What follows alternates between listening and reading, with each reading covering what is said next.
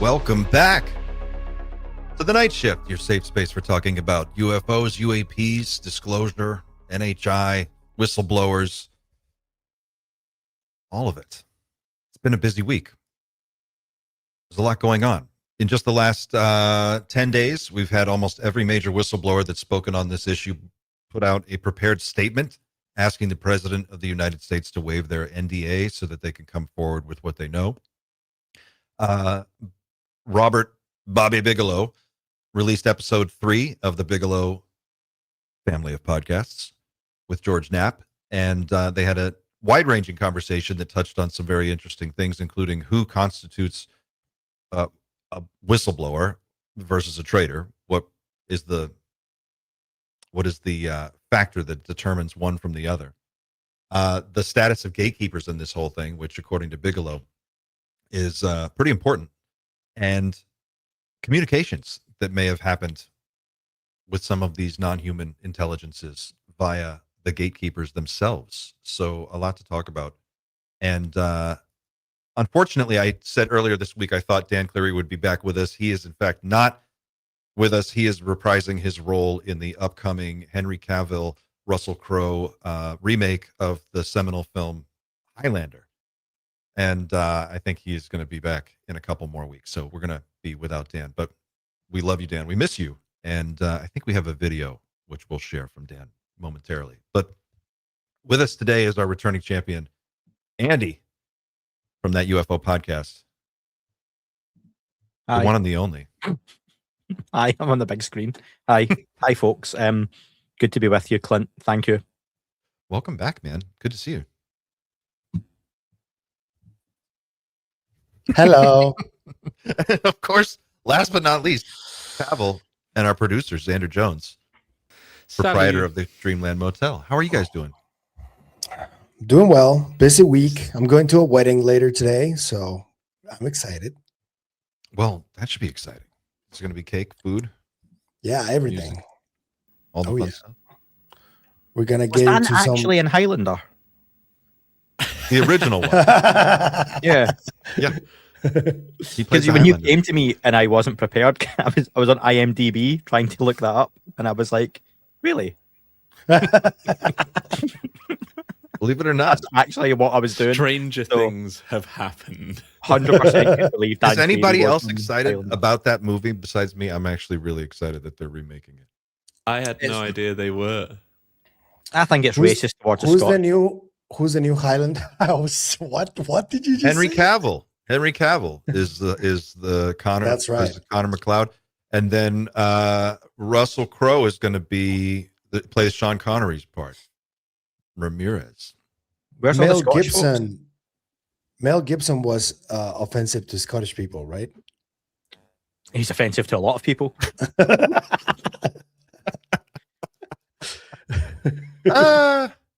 Name some of them, Pavel. You're not on board with this comeback tour? He's coming back around. I don't hold much against anyone, to be honest. Do you know what? Mel Gibson and Fat Man. Has anyone seen the movie Fat Man?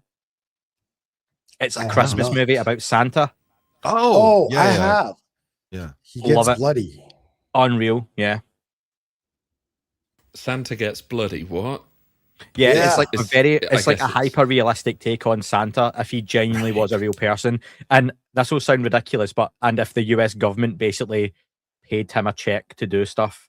And Santa is a real person, obviously. But I mean, like, if he was like a bad real person, kind of bad. Yeah. Watch That's it. It's right. very, very good. Children are watching. I forgot. Sometimes. Don't ruin it. Yeah. Don't ruin it. Sorry. Don't ruin the Sorry. dream. Oh my God. Yeah. I've got to put that one on my list. The Mel Gibson comeback tour. I saw the Mr. T documentary trailer also just dropped. So heads up, people. There's a documentary on Mr. T if you're interested. It's a lot of The only thing retro I stuff. saw completely randomly earlier today is apparently Robert Pattinson is doing a film all about Chris Hansen from To Catch a Predator. Yep. Is that real? It's real. It's Yes. real. I watched the trailer earlier. It actually looks pretty good. That's very random. And Chris I'm Hansen, into it. didn't he turn out? He got busted in one of those things himself, right? Isn't that what happened? I don't think so. No, I he's don't still think so. going. He's still No? going. Yeah. I thought there was some Unless kind he's of hiding in plain sight. Like, what the fuck happened to Chris Hansen? No, there's some Safest kind of, place in the room. that's like I'm Ash so- Ketchum being one of the Pokemon. I'm sorry. Oh, okay. Chris Hansen didn't watch primetime screening. Oh, okay. Never mind. I don't know what's going on anymore. But we have UFO disclosure stuff to talk about. But we'll come back to Mel Gibson and Chris Hansen. We'll put a pin in that for now. Andy, what do you make of all this? You recently had an opportunity to talk to Mr. Knapp. Yes? Can we go there? Yeah. I mean, Yeah. it was an email, but yeah. Well, I mean, you I exchanged. can make it a lot sexier, can't I? Yeah, George and could- me are on the phone all the time, yeah. The G-Man, I call him. Yeah. What did he have to tell you about the podcast that he's doing with Bigelow? Because this is the new toast of the UFO community. Everybody's interested in what they have to say, and they Yeah, actually work really well on camera together. They're great. Yeah. I said to Pavel last week, I actually gave Bigelow the idea for the podcast. And you The can't prove Boomer otherwise. UFO podcast. Yeah, that's it. So I just messaged George to ask a little bit about the podcast. What's the plan? Is it a short-term deal? Any details on it? Because it's just him and Bigelow. It's the Bigelow podcast hosted by George Knapp. So, but because I was curious and I said this to Pavel, why isn't it just on Weaponized? If this is a series with Bigelow, just put it on Mystery Wire or Weaponized or whatever. But Bigelow's got his own stuff. So Knapp said that it is going to be probably like a long-running podcast. They're not entirely sure. It's up to Bigelow. There will be guests coming on, special guests, and it's a platform for Bigelow to share his thoughts and get things off his chest. To be fair, he does say to certain things that him and Knapp talk about, I'll come to that another time, or I don't want to talk about that yet, and that's fine. There seems to be a plan, given he's got like a little notebook in front of him of what he wants to talk about. Then there are other things where he's like, no, I won't go into that right now. So it looks like there's scope there for a longer running podcast. I don't know how long they're filming it over. Are they doing it weekly? Do they film for like 5 hours and then come back to it? But I don't think Bigelow's doing it for the podcast grifter money, because I don't think he needs that dollar. What do you think he's doing it for? Timing. Get stuff off his chest too, right? Because I don't know if he's gonna have guests. I would think that Kelleher and probably Lakatsky are like the go-to guys to be some of the first guests, and I definitely want to see them speaking to both Knapp and Bigelow. That'd be really interesting. Well, I think the timing is definitely interesting for sure, because the question is, the sense is that Bigelow is in the know. At least at some level, he's got the connections that you would need to get your hands on a UFO if you really wanted to. And that puts him in a very small group of people with advanced knowledge, maybe, of things that are going to happen in the future. And so I wonder about the timing of a podcast launched specifically for this, with an audience of next to zero on day one. I think they're only up to like 61,000 subscribers. It's not a huge number. Bigelow podcast. Let's see, it's just 15,000 subscribers.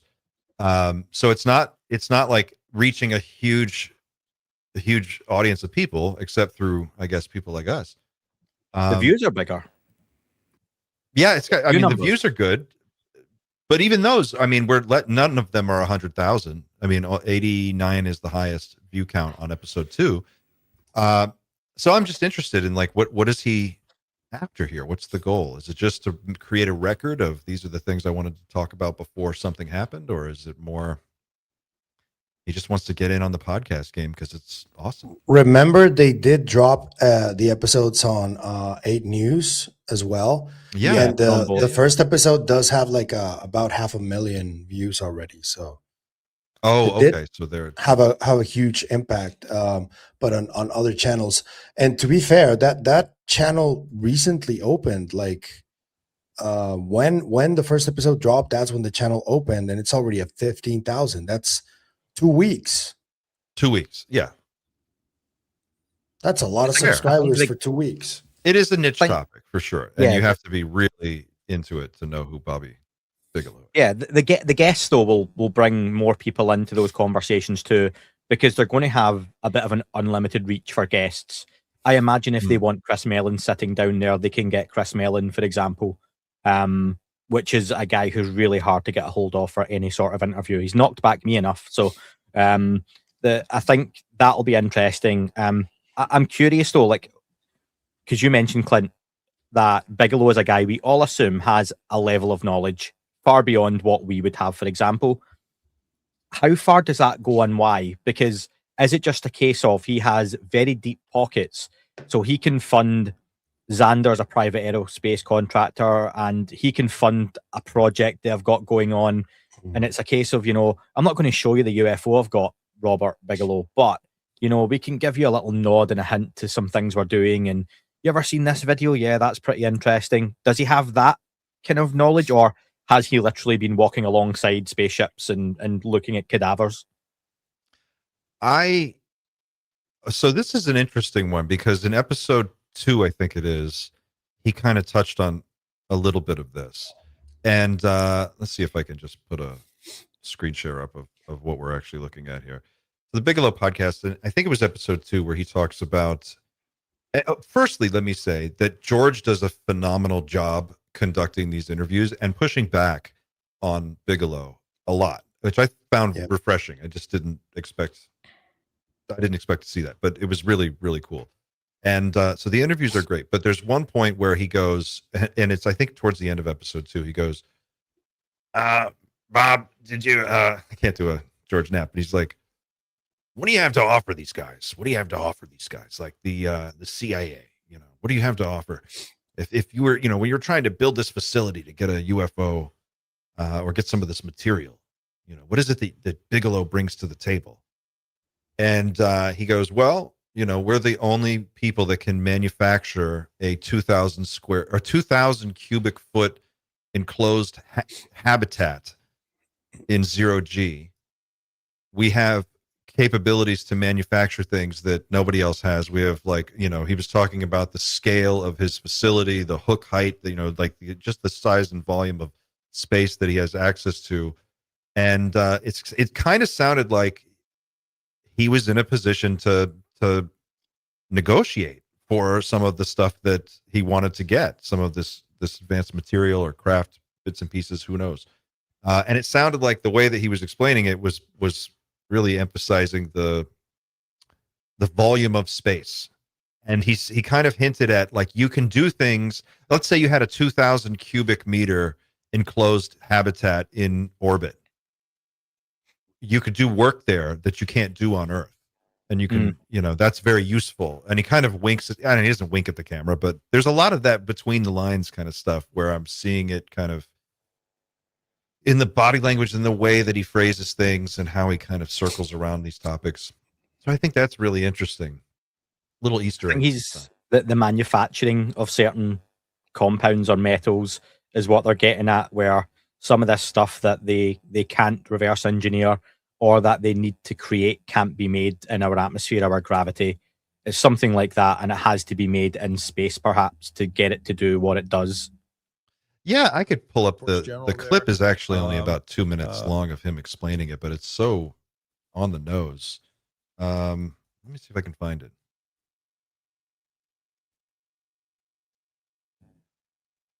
What did he what did he say about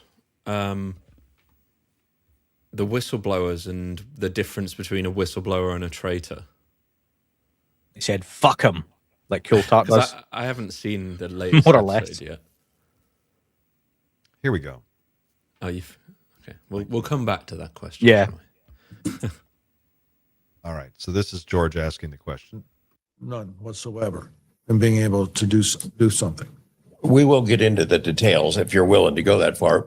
Just the contract you signed with DIA for OSAP, that Bass would sign with DIA, provided for you making some modifications to the Bigelow aerospace plant. And what you had told me back in those days was you spent a lot of your own money to make that happen. It did happen, right? You did prepare for some eventualities. I don't want to talk about it. Okay. All right. I mean, we can cut that out too if you want, but it was in the New York Times story. Bigelow Aerospace made some changes to its aerospace plant. Well, we were always building and expanding that whole facility all the Right. time, and we have a 12-story bay, 120 feet. We have 106-foot hook height. We have we have a mock-up of a future expandable spacecraft that is over 2,000 cubic meters. The International Space Station is only 935 cubic meters, and that includes the American side, the Russian side, the European module, the Japanese module, and the Americans only have about 450 cubic meters of that 935. That's the only thing that we actually own, that we have on the American side. And our first 3 modules were created by Russia because we didn't have any experience. Speaking on behalf of NASA. We didn't have any experience with habitable systems. They did with the Mir. They had Almaz. They had spacecraft before we did, and they had propulsion systems stronger than we had initially. Before we went to the moon in the late 50s, early 60s, they could throw more mass than we could. So that was from a nuclear bomb delivery perspective, that was a huge concern.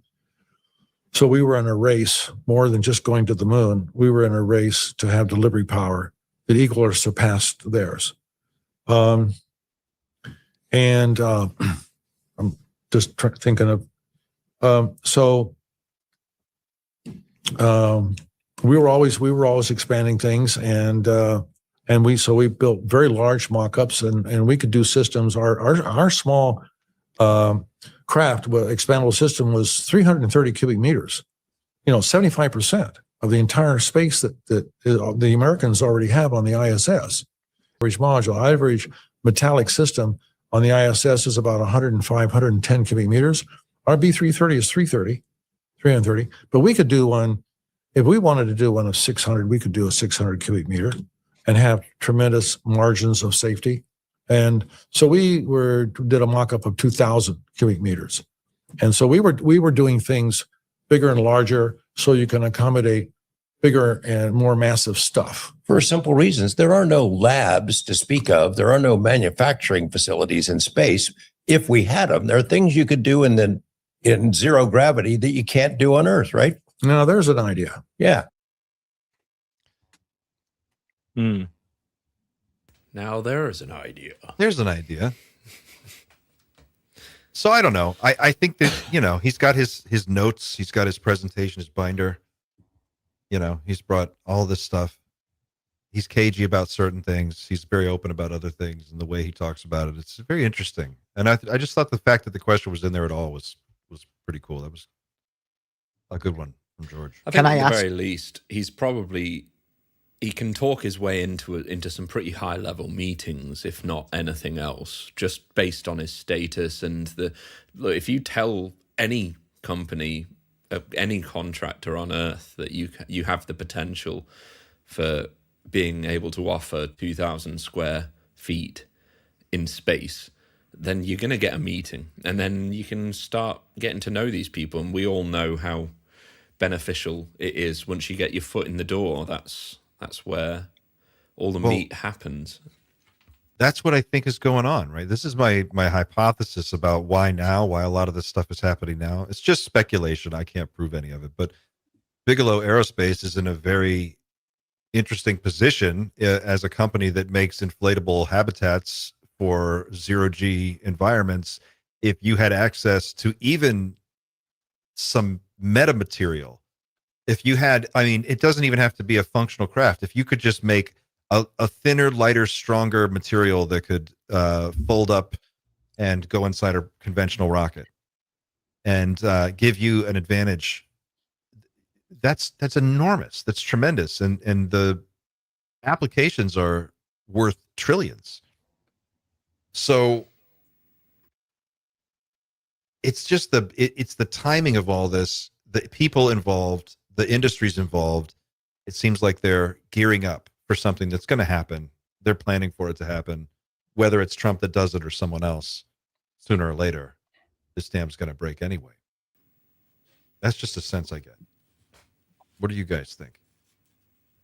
I think it's either that or we're all just really wrong, like really wrong, not just a little bit.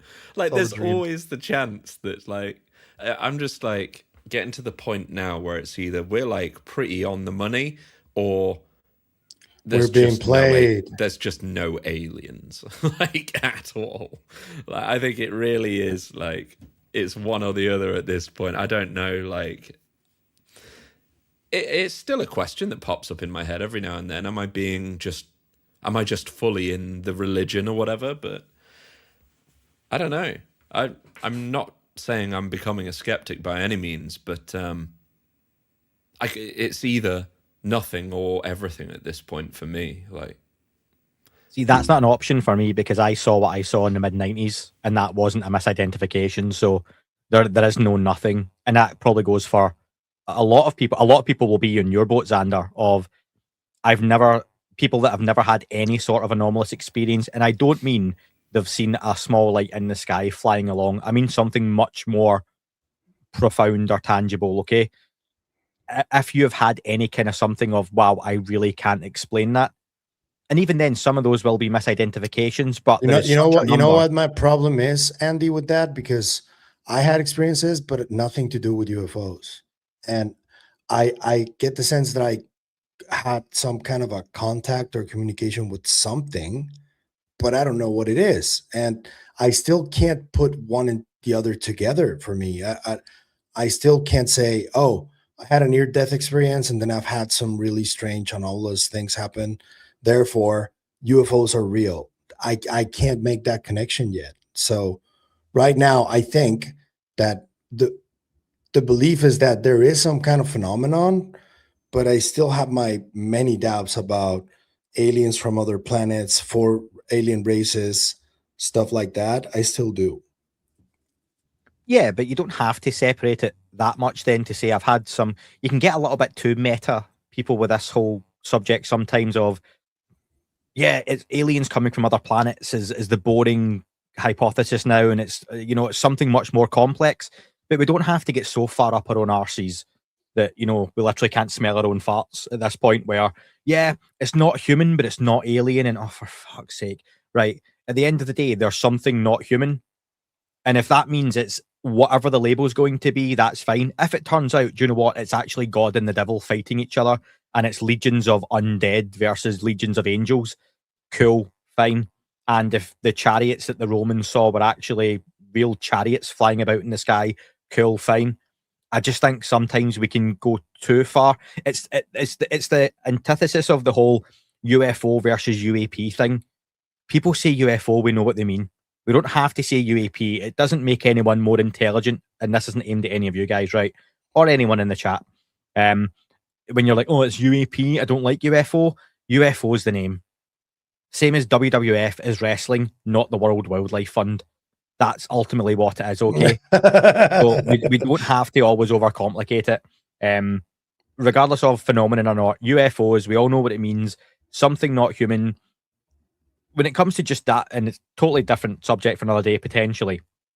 But the whole thing, are UFOs real or not? You can't, that question is redundant now. If what you mean is, are aliens real or not? Fair enough. But there are things in the sky, under the water, in space that are clearly not conventional human craft kicking about. So I guess the only thing I would say to that is I have had anomalous experiences as well, to the degree where they involve absolute belief. But people have... I'm just still of the opinion, no matter how much I believe that those experiences were anomalous, there's always just that element of myself that I might be crazy. I might be a brain in a vat. Like these claims are wild, like, and they need some pretty wild evidence. And just my own memory of what I saw as a child it's not good enough evidence for even me to say this is definitely real, and that therefore I'm still don't get me wrong, I believe in UFOs and I believe that there is something interacting with humanity, but can I say 100%? I don't think I can still.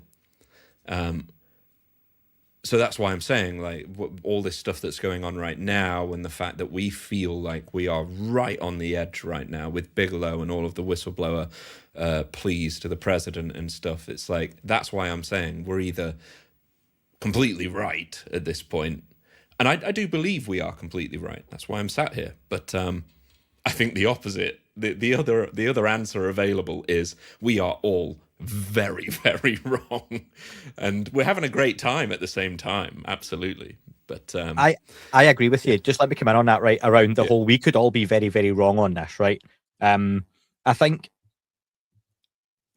something you said there that I'm kind of struggling to remember around 100% belief in this or not. I actually do believe that phrase, the toothpaste can't go back in the bottle anymore, you know, you can't, that's bollocks.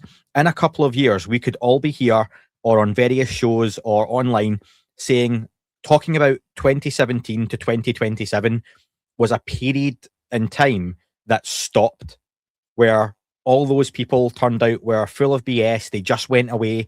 I think this could again become just another phase of ufology, where in 40 years' time, whoever turns out to be the new George Knapp is sitting on a podcast or a TV show or whatever format we've got then, saying back in 2017 to 2027, there was actually a period in time where these whistleblowers, it could be just another part of the topic. Unfortunately, I think that could end up happening. So when people say we've gone too far, you can't put the genie back in the bottle or the lamp, whatever, they could, because they've done it before. You can just, and we've talked about this before, Clint, on Doomer Friday, you just muddy the water so much that all the good information gets flooded with shit. Mm-hmm. That can happen for me, in my opinion. But I think then to say, like, if you've had any kind of anomalous, I think the question would be then, Xander, are you saying at one side of the absolute is it's literally just us on this planet, there's nothing else visiting, no experience has ever been true? Because that absolute seems too far when you've had some kind of belief. It does, but then I still think it's possible. Yeah, okay. You know, highly improbable stuff does happen, and the vast majority of the planet would probably say that this is all just, at least the vast majority of what we believe is not true. They might think, oh, aliens, Roswell happened, but they probably they see us as Charlie from It's Always Sunny with, you know, connecting the string and stuff in the post basement. So I think in the same way we see all the religious folks with their various gods and various prophets and various stories that are all probably wrong, but there might be a truth to the overall core story. So that's just human nature. I think it's a little simpler than that. It's I'm with you, Andy, that it's easy to overthink this stuff, right? Like, you can really get in the weeds, and you have to be careful with that, because we know that of all the lore that's out there, some percentage of it is just the collective imagination of the group. Some percentage of it is bullshit that was planted there specifically to mislead people. Some percentage of it is just Hollywood bullshit, and some percentage of it is true. But understanding which is impossible. But it is way more likely that there are other things that are interacting with us than there are not. And it just seems to me like if even the smallest fraction of the claims that have been made turn out to be provably true, then from there, it doesn't really matter what the specifics are. I mean, it's like, if they're here, then that's interesting enough. I don't need it to be space Nordics or great, you know, just something else that's not us. And I think that one way or the other, you're going to have a world where we have to confront that with AI anyway. So it's almost a foregone conclusion. And I think that in terms of the actual program itself and the toothpaste getting back in the tube, I take a different view on that. I think that the system is broken. I think the secrecy machine, I think that whatever the program was, when it stopped being one program and fractured into many, I don't think it's sustainable. I don't think that there's enough stability in this system to keep it secret forever. And I think that they would prefer a controlled crash. Human nature being what it is, people want to cash out. They want to be free to make some money. They want to go live their life. They want to do other things. They want to have prestige. They want to have careers, whatever it is. Their motivations are personal. And I think that if you're sitting on all this information and you're a gatekeeper and you're in the program and you're looking at your options right now, a lot of people are thinking about flipping on this thing.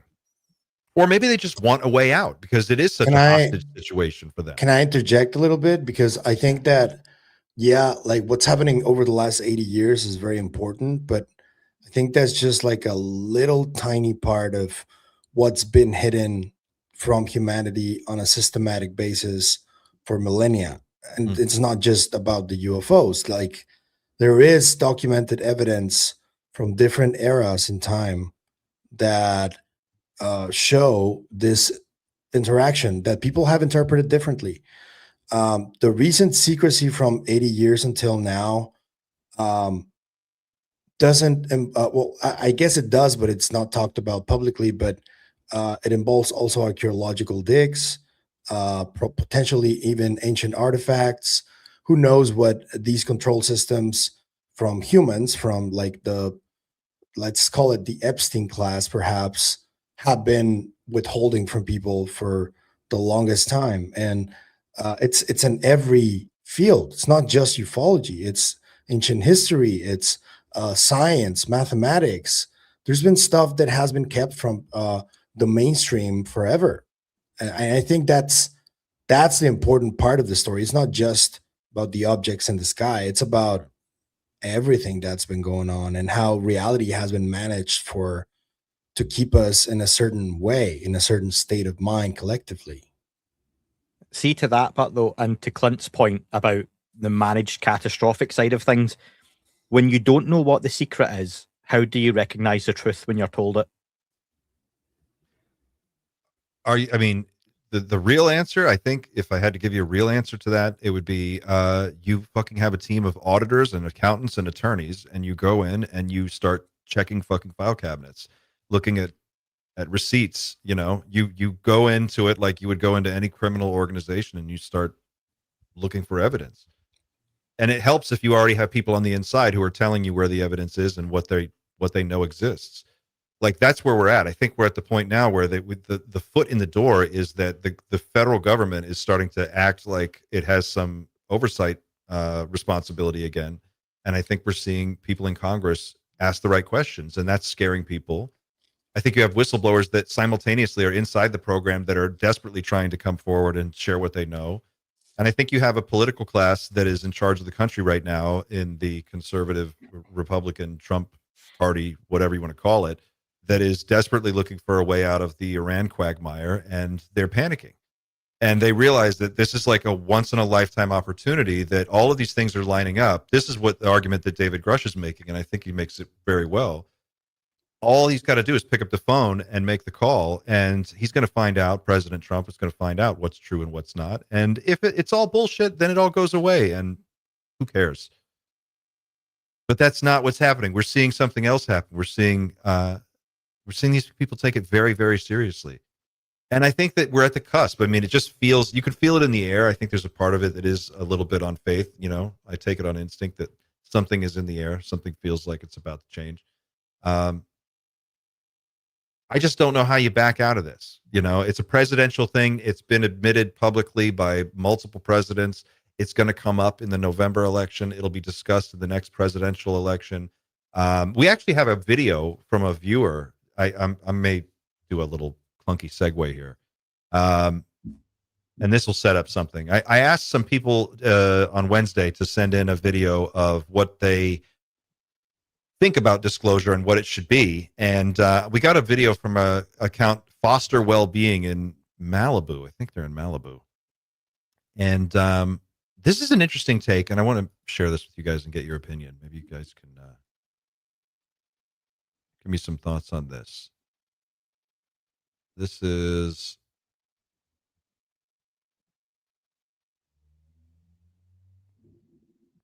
Here we go. So the question was, what is disclosure, big D disclosure? What does it mean for you? And this is one of the responses we got back. I thought it was really good. Foster Wellbeing is the account. Justin here on Maui, Aloha. We must pass the Schumer UAP bill. Schumer introduced the UAP bill when Dems had control of the Senate, and when Republicans took control of the Senate, they killed the UAP bill. So there's individual Republicans that are interested in legislation, but they fall in line with whatever Trump wants. He could pass it tomorrow, and he obviously hasn't. So Congress is a lost cause. So UAP bills need to be introduced in every state. Connecticut and Vermont have introduced UAP bills to create a citizens UFO task force to actually do what Schumer's bill had asked for, establishing a civilian authority. We need to we need a civilian takeover and not military chicken hawks. Even Bigelow said, the problem with men is they weaponize everything. And that's the real problem here is we need to take back the authority from the chicken hawks.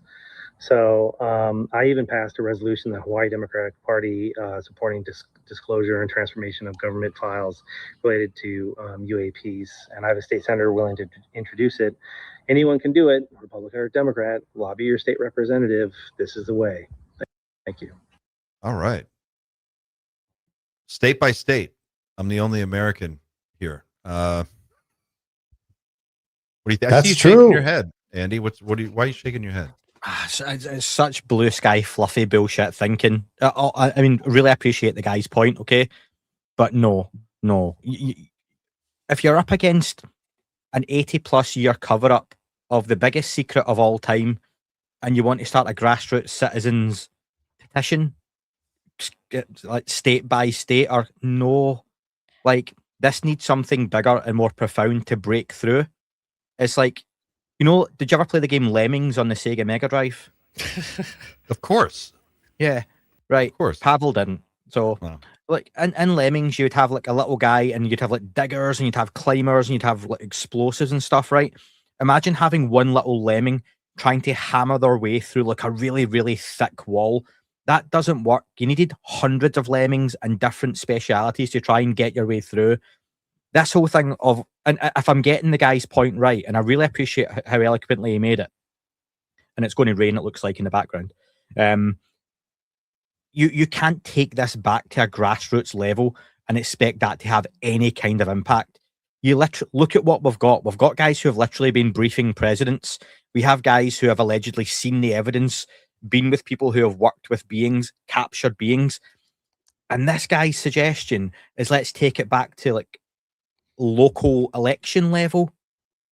Never mind before we start talking about, the elephant in the room being the rest of the world having a say in this as well.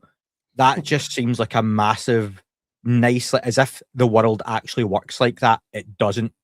But don't you think, I think he actually has a point, because you can bring something up to at your local level that is, it's easier to act on local small government than it is to act on big federal government. But that only works for awareness, Clint. It doesn't work for like passing laws and making shit happen.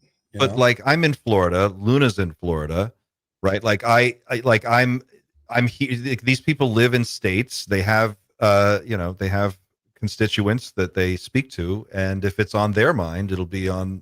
It's just part of the awareness campaign. I don't think he's saying it has to be either or. I think he's just saying this is another opportunity for people to apply pressure to the government in some way to get some. Politically, this is not a good move still. So to strip it back, it just seems like we're already at the door with people like Luna, Burleson, Burchett. They have the pitchforks out. And for some people, and this is fair, it's like they're at the door of the castle, but they're not quite banging on it, but they're making it look like they're banging on the door. But are they actually banging on the door? Because to the gentleman's point there, Trump could pick up the phone and do this, but he hasn't. I think that's the irony of the moment. I think that he is categorically the dumbest fucking guy in the world and is least equipped to understand or process any of this shit. And however, as much as that may be true, and much to my chagrin, he is the president in charge of it. That's what we got. Obama didn't do it. Biden didn't do it. Bush didn't do it. Hold on, we have one of the friend of the channel here. Chris Ramsey's in the studio. I'm gonna bring Chris into this conversation. Chris, what's going on, man? What is up, fellow doomers? You picked a good time to drop in. Nice episode, dude. You know, I thought the world was burning for a second, and my ears were burning, and I was like, "Oh, my friends are probably talking about the downfall of mankind in face of the UFO disclosure era." So, thanks for bringing me on. Thanks for being here. Yeah, Andy, I'm sorry I interrupted you, Yes. But I just didn't want to leave Chris hanging. I was listening attentively, so please continue, Andy. I was just finishing up my point to say that anyone who hosts Richard Doty should be outcast from the whole community, and then we go from there. No, essentially, I think to wrap up what I said, it was all blue sky thinking. We can't strip this back. We've got power behind this. Trump could make the call. And just to be fair, I'm not American, Clint. I know you're a huge Republican and Trump fan. You've said as much. No president has done this so far. So stripping away everything else, anyone who did have opportunities or was going to do it or could do it, like Mr. Hillary Clinton had the chance back in the 90s and didn't. Obama, for all he's great and has his sound bites afterwards, nothing got done there. So Trump right now has done, you could say the same as the rest of them. You were even going to do the, you know, I saw you about to. More than anyone, more than anybody. I think what's interesting about Trump is the way the game board is set up, right? This is a guy that's backed into a corner. He's 80 years old. He's already got billions of dollars. Like, it's not about money. It's not about, it's about legacy. And this is the legacy thing. This is the biggest legacy move anyone could ever make. Like, if you wanted to, I mean, you could, and I will say this is something that I do. I'm not the biggest Trump fan, but I'll say this. He's the TV guy. He's the TV guy. If you wanted to make it a really big, like, Hollywood moment, this is the kind of event you could really produce the shit out of. And think about the ratings. Like, if I were, you could sell it to him so easy. And I just think maybe in a weird, ironic twist of fate, like, this is just how it goes down. He's not the guy who's going to help us figure any of this shit out, but he's the guy who puts it out there and makes it happen. And then we get on with the business of dealing with it. But it could be interesting to see. I'm open to it. Just in response to I've forgotten his name, the video that you showed. Bigelow? Justin. Yeah. The caller. The caller. The gentleman caller. Gentleman caller. I think, if it's not bad, unless Andy thinks it's actually, like, detrimental to contact a congressman or whatever, I think part of the reason I started talking and contacted Clint and started my own podcast is because I wanted to tell people about this stuff. And I think the vast majority of us, our option is do that and not a lot else. So if our only option for the vast majority of us is raise a very, very small amount of awareness, fine. That's fine with me. Like, it's either that or sit still and wait to be told something. I think that it's the big moves, I agree, are not going to come from contacting your congressman. I think that we're way past that at this point. But I don't think it's necessarily a bad thing to get involved, at least. I don't know. But anyway. It's so mainstream now. I don't think, awareness isn't the issue. Everybody's aware, more or less. You would have to be, so checked out to not be at least up to speed on some of the basics. People are not aware. I don't think people are aware. I don't know, man. It's every podcast, every show. It's on mainstream news now. It's on Fox every other day. Chris is selling out shows live. What the fuck? Chris is selling out every show. There is awareness. It's crazy. What is it?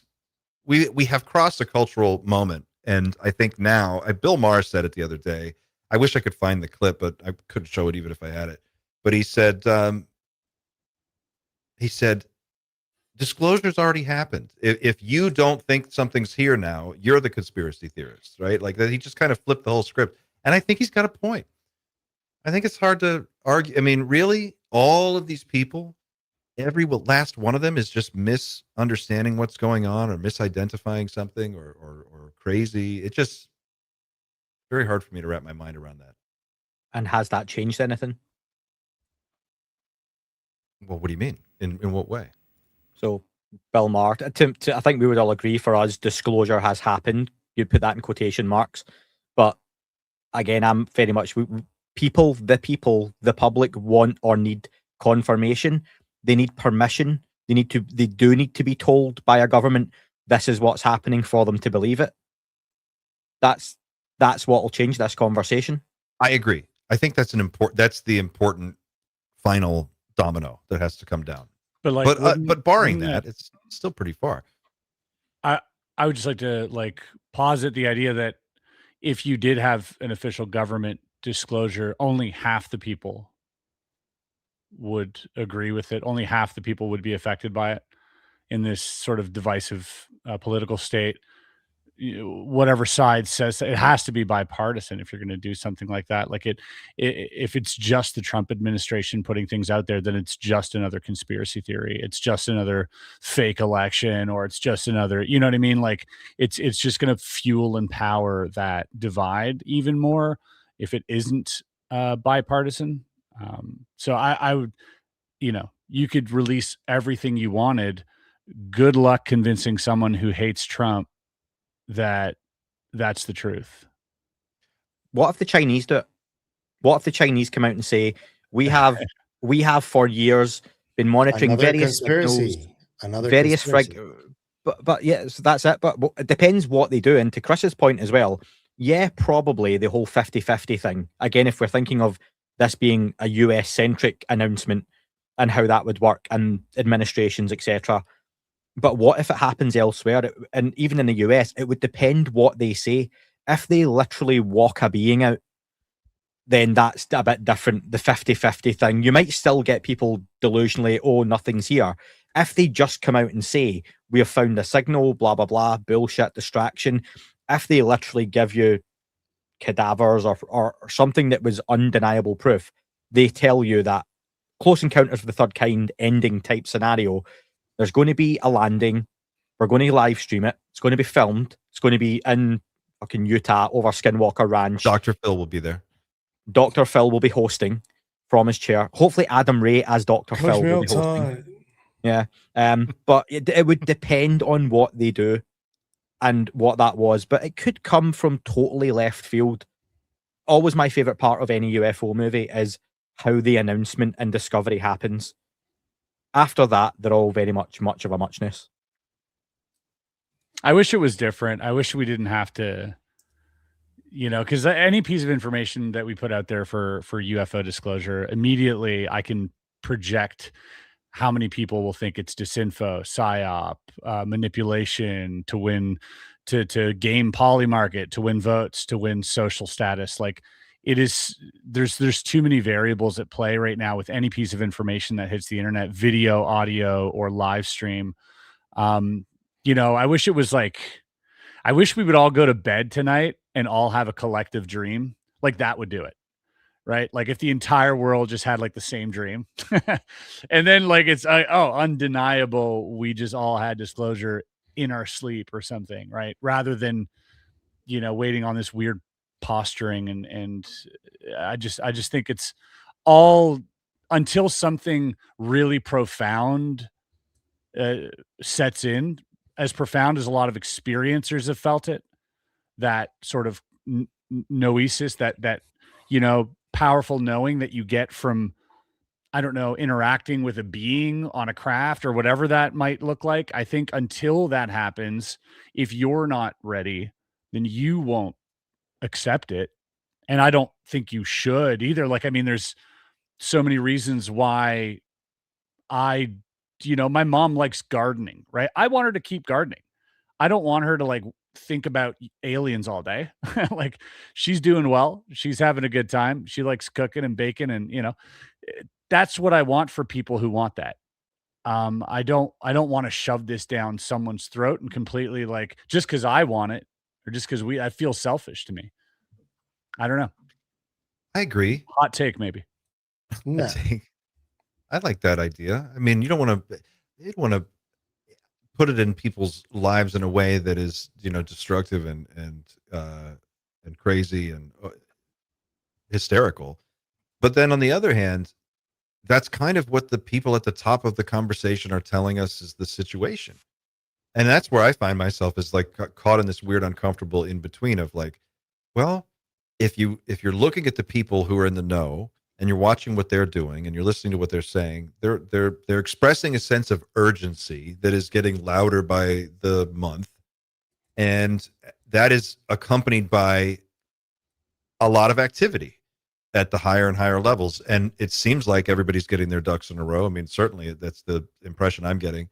And it does make you wonder, is there something, we got to rip the Band-Aid off and explain to people what's actually going on here so we know how serious the issue is. And if they're saying, look, it's so serious, we can't tell you, well, then I would say, well, now we have to know, right? I mean, if it's not a big deal, then it's not a big deal. But we can't leave this decision of what it is, whether or not it is a big deal, to a few unaccountable people in a program no one is aware of. Do you guys mind if I ask Chris just one question? Because I just interviewed Jeremy Weeks, and I saw your interview with Luigi Venditelli where he talked to you about the whole Mary Magdalene stuff. And these messages from Jeremy are also, they sort of have kind of like a religious connotation to them. What is your take on that, bro? Because that seems to come out of left field, and it's not the only story that I've heard similar to that. And it's really intriguing to me. So I don't know what your thoughts on that were. I don't particularly know. I think that's my thoughts. I don't know what to make of it. I think I think it's intertwined within this topic, the idea of religion or Jesus or visitations by celestial bodies and in your homes, and so I think it's all kind of intertwined. But I do not know what to make of it. They're all the options are in front of you. Are the aliens psyoping us? Like there's all these things that come to mind, and all of them could be true for all I know, or all of them could be false. I have no idea. Chris, you just put out this great interview with Doty, and I have not watched it yet, but I do have a question for you. I'm curious if you guys talked about his standing in the community, and how does that affect him? How does he feel about the way people look at his history? And he's obviously got a cloud around some of that. Yeah. So, like, what is that? How does that affect him? At the very end of the podcast, I asked him, despite all of this, like, how do you see yourself, in all of this, and what do you make of it? Like, what do you make of your role? And do you have anything you want to say to the people, in terms of like who you might really be and all this? And I left it kind of open-ended and allowed him to fill that in. And for the most part, I don't think he feels any regret from anything that he partook in. Perhaps he does, but it wasn't vocalized. I think he is kind of standing on that hill of, it was my job. I had a job to do in regards to the Benoit stuff. Mm-hmm.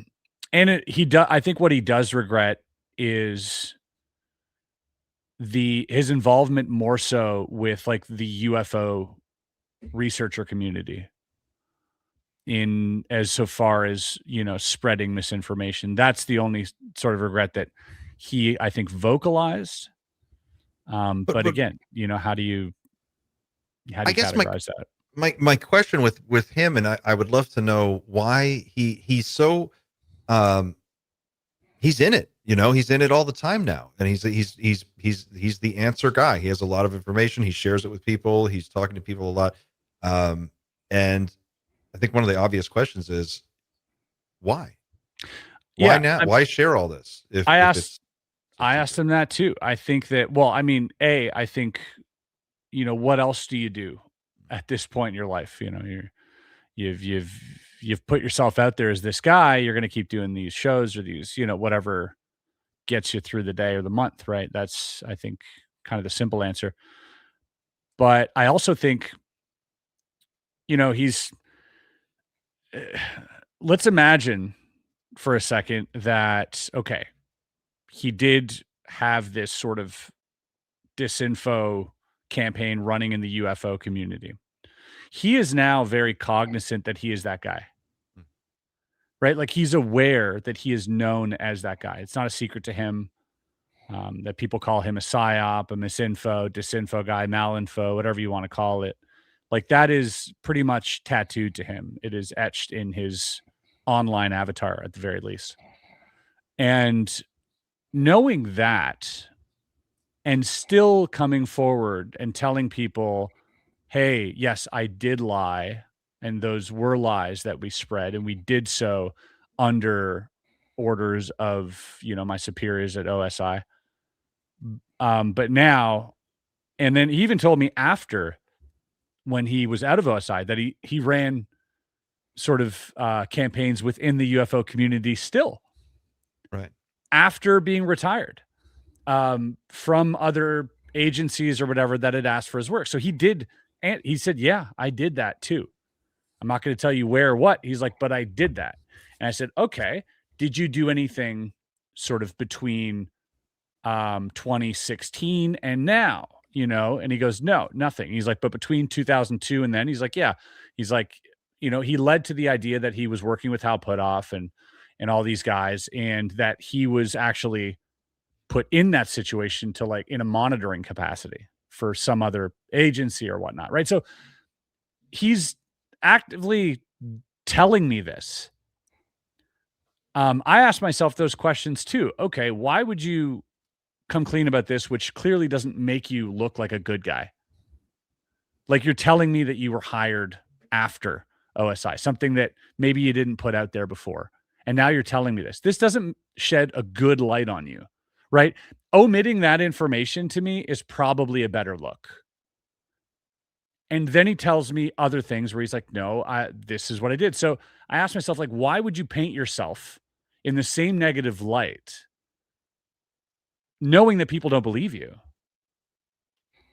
Like, it doesn't kind of add up. So, well, what does he expect people at this stage, like, that whoever he is talking to now, whoever that audience is that's focused on what he has to say, how does he expect them to perceive him? I mean, obviously he must think everything he's saying is called into question immediately, right? Like, you must know that. So, like, why spend your time going around doing it? Like, how do we know he's not doing it now? I guess. Oh, I asked him that. Yeah. I definitely asked him that, and it's, I can't say that he isn't. Yeah. He says that he isn't, and whatever that's worth, and that's worth nothing to a lot of people. Mm-hmm. And that's fine. And I think that's fair as well. You have the right to not believe a word that comes out of his or my mouth. Absolutely. I'm still going to listen, because I do think that, there might be like an 80-20 rule here. There might be, some truth to this. He does seem like a passionate person when it comes to disclosure. Like, it feels like he wants to move it forward.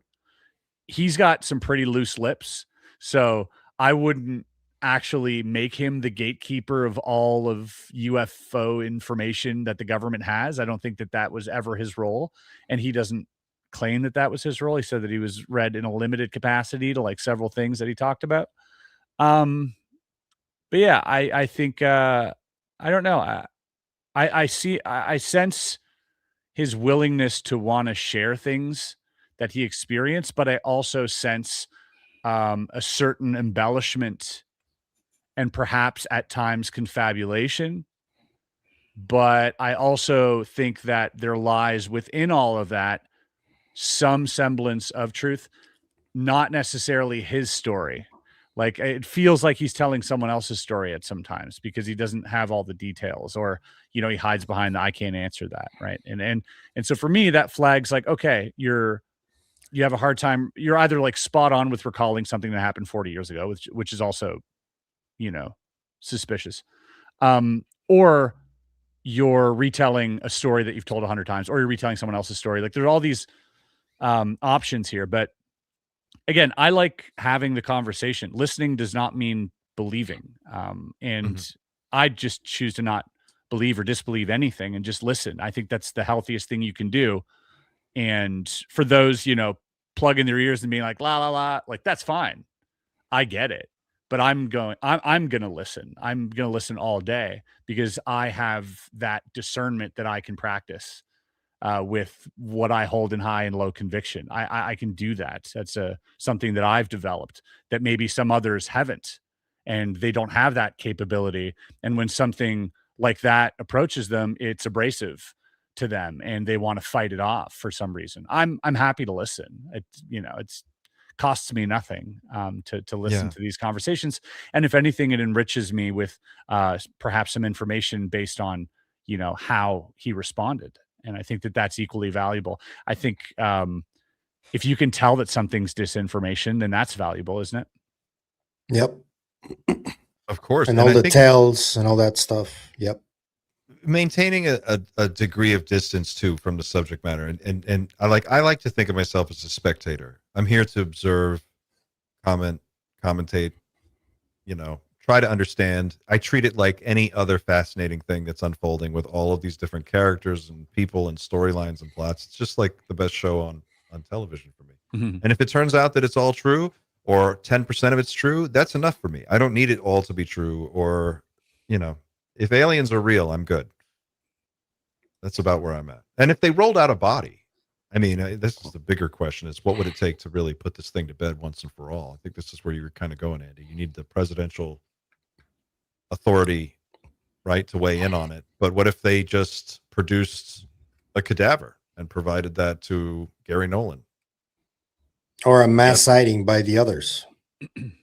That would do it. Yeah. Do you think if this NDA waiver did happen, then the whistleblowers would have the ability to provide a level of disclosure that we would be happy with? Not to the public. Not to the public, publicly. but to us. No, I mean, like they wouldn't, even if you gave them all anything. immunity, they wouldn't be allowed to disclose that to the public. It would have to Behind still closed be doors. in a skiff. It would have to be with, a different oversight committee than the one that they currently have in the unacknowledged special access programs, because there are oversight committees for that specific thing. They would just have to broaden who has oversight on those things, because again, there are sensitive things on these sites. Like if they say something they shouldn't have said and it gives up the location of men and women that are working in a sensitive, perhaps highly militarized and hostile area, and it gives up where they are and they end up dying from that, like that is the worst thing that could possibly happen. That or new tech capabilities. Exactly. That's what Let they're trying to protect. Just knowing Let that we me, have a satellite looking at that area, like all these things, right? Let me rephrase the question then. Do you think they have knowledge that would be able to provide a disclosure? Do you think they have that knowledge locked in their head? I think they have some knowledge, but I think that it's so compartmentalized that what you're observing might not be what you think it is. And that is the truth probably for like most cases, not all. There probably are like absolute things that look alien and are alien. But anything from now to 30 years in the future, which is what the sort of, what the US has in these bunkers, right? They're 30 years ahead of whatever we're seeing in the skies right now. And if you look at the exponential growth curve, exactly, DARPA, if you see the exponential growth curve of technology happening right now, I couldn't even fathom what that looks like in 30 years because of the exponential curve. It would look alien to me. We're talking about quantum stuff. We're talking about sentience in terms of artificial intelligence. These are things that they might already sort of have access to. And that would look like an alien to me. And so if I saw that in a compartmentalized sense, where I'm working on like some radar tech that is actually predicting where the enemy's going to be before the enemy decides to go somewhere, that's going to look like alien tech to me. And I might want to blow the whistle on it and say, we have NHI tech. and then I heard a story that there was a crash and whatever, right? But who knows? That might not be. I don't know. And so, yeah, I think having that information is going to be good, but what that leads to, I don't know unless you have the full picture, right? Well, I think that's what's so interesting about what Grusch, the case that Grusch is making. He's like, look, call me, pick up the phone. Like Trump could be like, clear the room. I need the next hour. Get Grusch in here. Get Matt Brown in here. Get that Dylan Borland guy in here. I'm waiving all your shit. Show me what you have. You got 30 minutes. And just see, like you could put this to rest. I mean, that's what I think is so fascinating about his whole pitch. It's like, look, he said I could go on the classified systems that I used to use, and in a day I could pull down more stuff that would blow your mind than anything you've seen in all of the tranches that have been released so far. He's like, there's more of it than you think, and it's not as hard to find if you know where to look. And I thought that was pretty interesting. He offered to drive Dr. Phil to the actual location, which some people are saying is what, Sedona, Arizona now? Is that right? So funny. Crash me outside. What timeline is this? I mean, do you also hold open the possibility that it could all just be this absurd and that maybe it's how it goes down? Maybe it is Dr. Phil and a camera crew, and that's how we get it. Wouldn't that be fucking wild? Yeah, that major comeback for Dr. Phil's career for sure. It sort of mirrors that Nixon and this comedian guy. What's his face? Jackie Gleason. Jackie Gleason. Yeah, Jackie Gleason. It's sort of something like that. If that was absurd back then and it did happen, why couldn't it happen now, right? Well, you don't have to release, and this is the thing that drives me crazy, is this. I understand the case, the argument that yes, we can't give up sensitive methods and sensitive operations because we could endanger personnel. Fine. But the footage that you got 30 years ago isn't endangering anybody, right? Like something from the 1980s that you've got, a satellite footage from 1987 is not going to put anyone today at risk. And if you've got photographs from 1972 of bodies inside of a official government facility that we can like timestamp, there's a chain of custody, you could release that tomorrow. And all those people are either dead, retired, or long gone.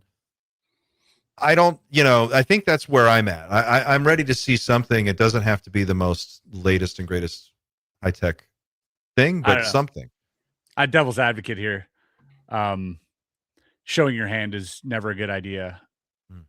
If you're a foreign country, like it's the reason you look at Stargate and all that psi research all went dead in the 90s throughout Russia, throughout China, throughout America. Yeah, it all got wiped in the 90s, right? And that's kind of like when one of them pulls back, the other ones can't stay forward because you might tip your hand and being like, oh, I don't know enough about this, or they might know more than me, and now I'm showing them how little I know about this stuff. So they all go dark.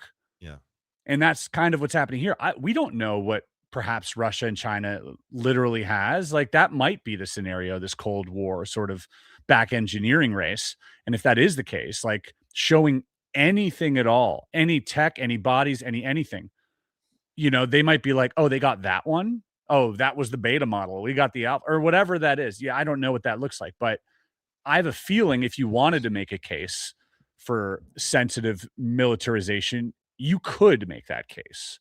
And so, you know what I mean? Like I if I was someone trying to hide this, like if I was a politician trying to hide, that's what I would lean on.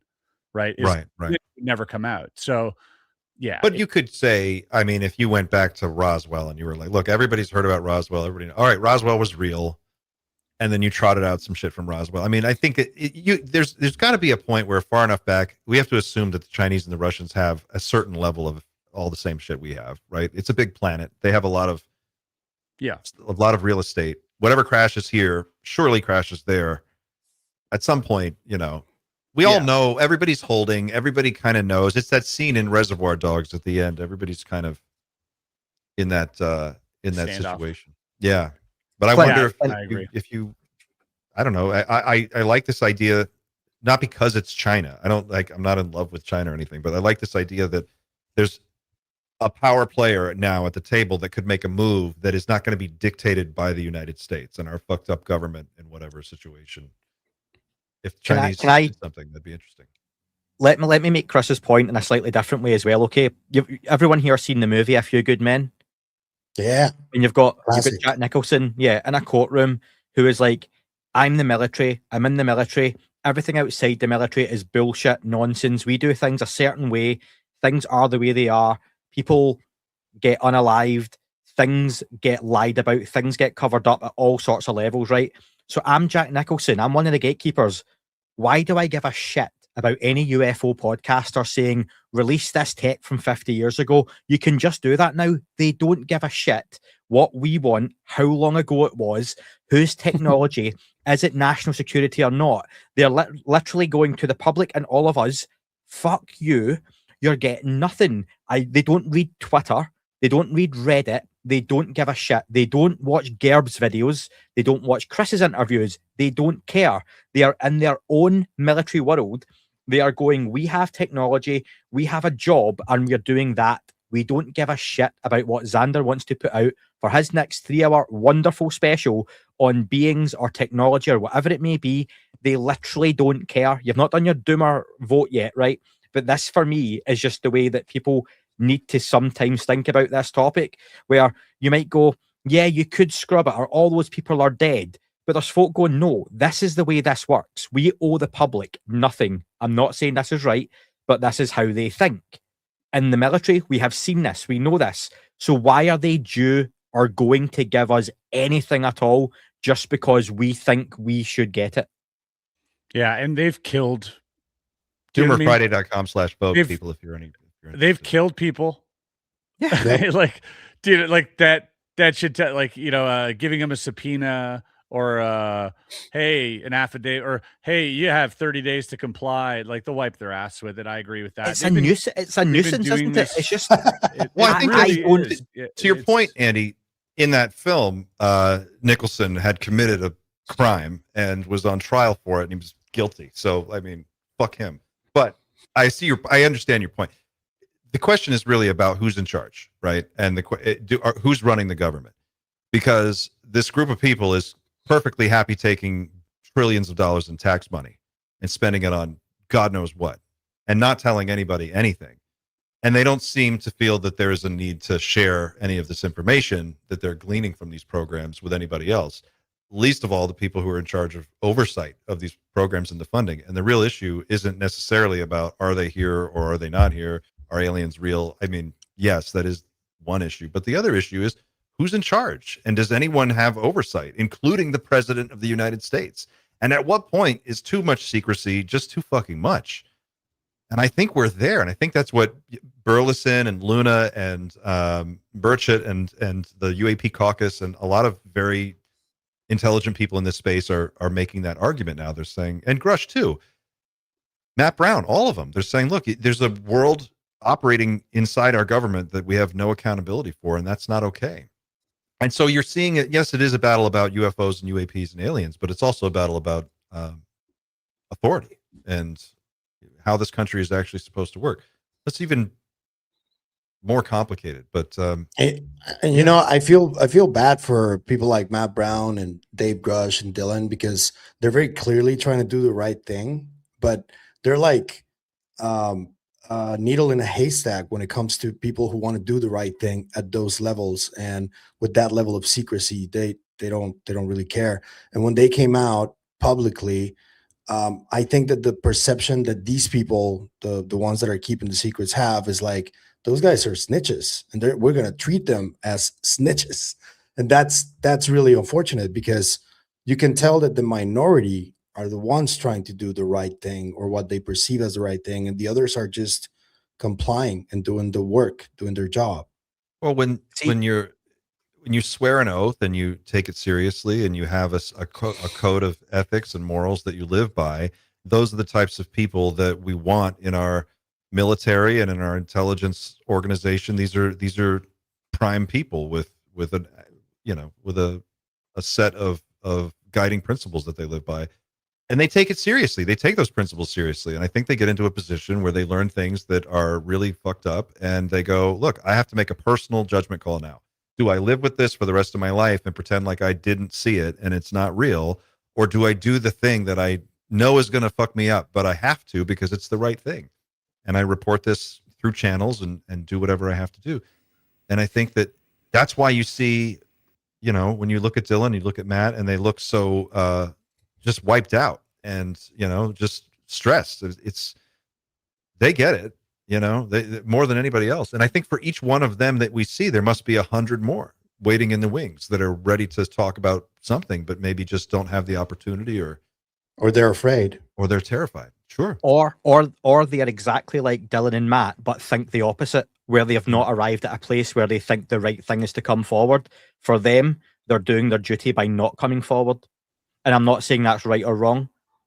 Someone's made a great point on the YouTube comments, Claire, to what we were saying before, Clint, about going back to Roswell and releasing that could then still open up a whole can of worms for everything else. So it's not easy to just release one piece of information or one photo or one video or prove one case was right, because then the snowball effect of everything else that comes after is, like, Pavel, what were we talking about recently, where it was the locations where massive natural disasters happen, and there are teams of people that go in and literally abduct and kidnap human beings to be taken and used as PSI assets on That's what various Herrera talked programs. about, right?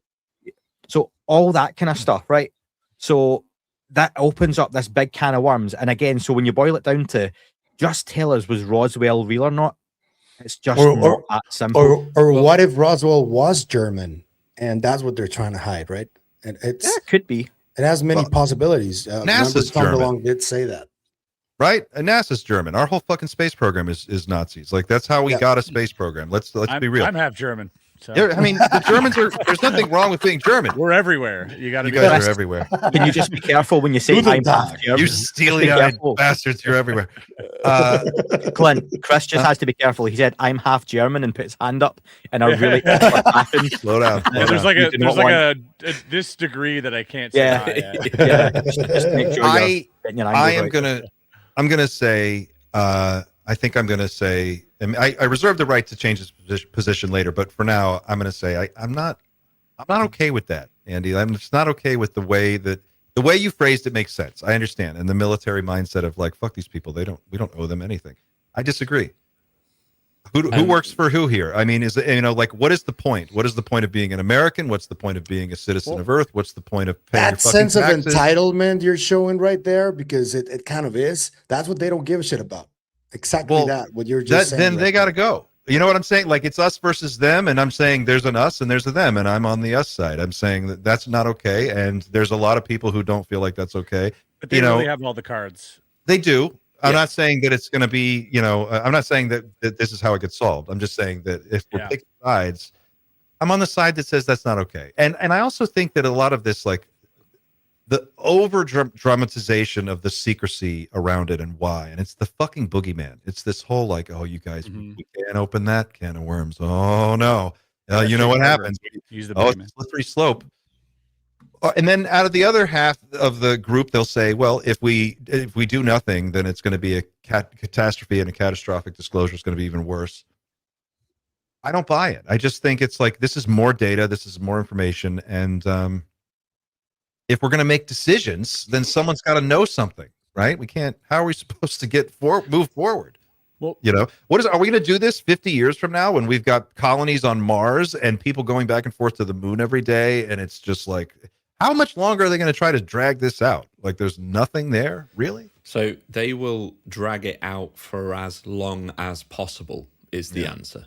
So they will provide you with the minimum amount of information required to maintain the exact trajectory that they are on. And they want to maintain as that much power. disinformation as they can as well.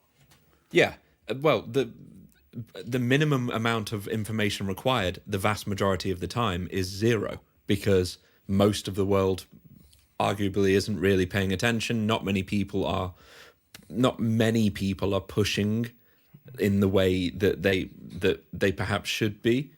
But that's why, like, these moves, like the videos that these whistleblowers have put out, if we're trying to get them to release the minimum amount of information required, we need to make sure that minimum amount of information that they share is worth being shared.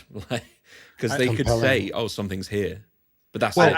I almost feel like until the aliens, all right, whatever they are, decide it's time for disclosure, we're not going to get it. Like, they have to be in on it, right? Because if they have the capacity to like take you, wipe your brain, travel across the universe, whatever it is, like, and manipulate time or whatever, if they have all that ability, anything that is out now or anything that we come out is of little or no consequence to them if they don't want to be seen, right? So eventually, if we do get it, it's almost like they had to be in compliance or they had to agree to it because or enforce it. Right, like, it feels like that's the case here, because if Yeah. they just wanted to be seen, it would all be over, right? So clearly they don't want to be seen if they are here.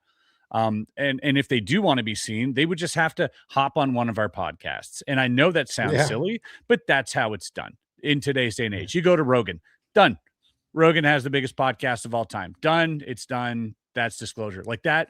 If they wanted it, that would happen. They wouldn't go to the president. They wouldn't go to, they would just show up and be like, all right, here it is. This is exactly what the zeitgeist needs, is this live sort of podcast or whatever it is. But yeah, I think waiting on us, I don't think we're like, we hold all the cards in terms of the government versus the people, like the government, but we don't hold the cards to the aliens. Do you know what I mean? They're holding but all Burleson the chips. Yeah. Can send a letter to MITRE and say, look, I know you have XYZ files. I'm sending someone down there. I would like to get those from you. And if you don't give those to me, then there's a set of legal steps that we're going to take. Crickets. Well, no, they did respond to him. Yeah. And they did? Yeah. That was one of the earliest ones, wasn't it MITRE? I thought they didn't That wrote back immediately, and they were like, they okay, did. we'll comply. Like, because he basically said it later in an interview a few days later. He's like, look, we already knew the names of the files. We knew where they were stored. Oh, I think that was an Air Force thing. The MITRE one hasn't responded, as far as I'm aware. But the idea of knowing what you're looking for first, right? Talking to your whistleblowers in a classified setting, getting a list of things to look for, and then going to the people who have it and saying, look, I already know you have this. And you can destroy it, but then you're committing another crime. So, like, what I'm getting at here is I think that maybe it's not disclosure that we get, but maybe what we get is, like, I'm going to call it the Jurassic Park option, where Newman smuggles something out, right? Like, you have one program that is fractured into many, that is now spread out over a bunch of different corporations, not overseen by any one particular person. So now there are all these different silos. You're going to have cross-pollination of talent. You're going to have engineers. You're going to have biologists, people coming and going. And you're going to have a race condition now that didn't exist before, where companies are going to be in a race to develop the technology and make profit off of it as quickly as they can, because they know that the situation isn't stable. Too many players on the board doing too many things that no one is able to keep track of. So you got to move quickly. And I think that just through personal self-interest and the drive to make money, it's going to boil down to how much can I get for this? And it's not really about, like, do we give a big speech to the public and they feel warm and fuzzy about it? It's like, look, this is business. We have technology here. There's a lot of people who want it. It's worth a lot of money. And I think that at the end of the day, that's what it will be. It won't necessarily come down to a whistleblower. It's going to be a deal. It's going to be a deal. Also a non-zero chance that there was a false flag attack on the United States in 2001, right? A non-zero chance. Mm-hmm. If you're willing to entertain that for a second, then what's stopping them from doing things, that are less bad than that, right? If they don't want something out, I feel like you can just do whatever you want. They're playing Risk over here with, like, our lives and our militaries. Like, there's nothing they won't do if they really don't want something out. Like, there's no chance. I mean, you're just going up. It's David and Goliath, I think, but yes, the push is the correct direction. I do think that, like, you can't stand by idly and be apathetic to all this stuff. I think it is good.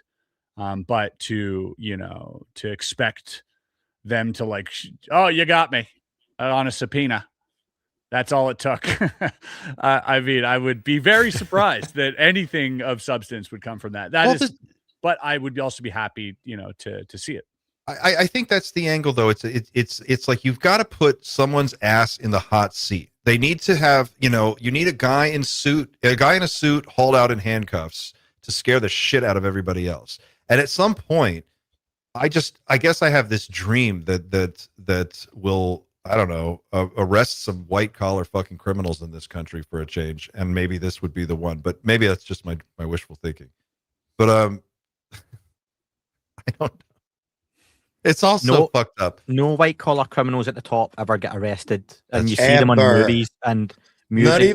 Not even cartel leaders get properly arrested. Dude. Exactly. So it's like in Batman when he does like the RICO trial thing where we can't get is it Salvatore, but we can get all these minions. Yeah, you'll get them, but you won't get the big guys. And that's what you're talking about, Clint. I would make the point back to what I said about the dude earlier on his call. It's blue sky thinking. We're looking at people that don't sit on social media, that don't care about what we think and what the public think or what might be right. And see, to your point, if I got it right, Clint, about trying to get this out to companies, someone smuggling out tech and everyone having it, it'll never happen. I remember reading, and this might be kind of bullshit, but the theory behind it was right. Back in 2000, there was a newspaper article where they talked about Saddam Hussein trying to buy lots of PlayStation 2s. Oh, yeah. Processing power behind them to build some kind of supercomputer, right? Mm-hmm. So are you telling me they're going to smuggle out some device that's going to be so advanced and so powerful that the general public, who can't be trusted with what we have now, is going to have this, let's just say, I always like the Homer Simpson cube that he has in the dream, and he can't see what it is or how it works, but it's a little cube, and it's going to power everyone's home or something like that, and give us this free energy, that you're going to allow the average person to have this, let alone terrorists. That's not the leap I'm making. No, I agree with you. That's crazy. Like, but what I'm saying is not that the UFO technology is going to make its way into every local store, right? And we're all going to have a flying car. That's not what I'm saying. What I'm saying is you have a bunch of different companies. They're all sitting on pieces of the puzzle.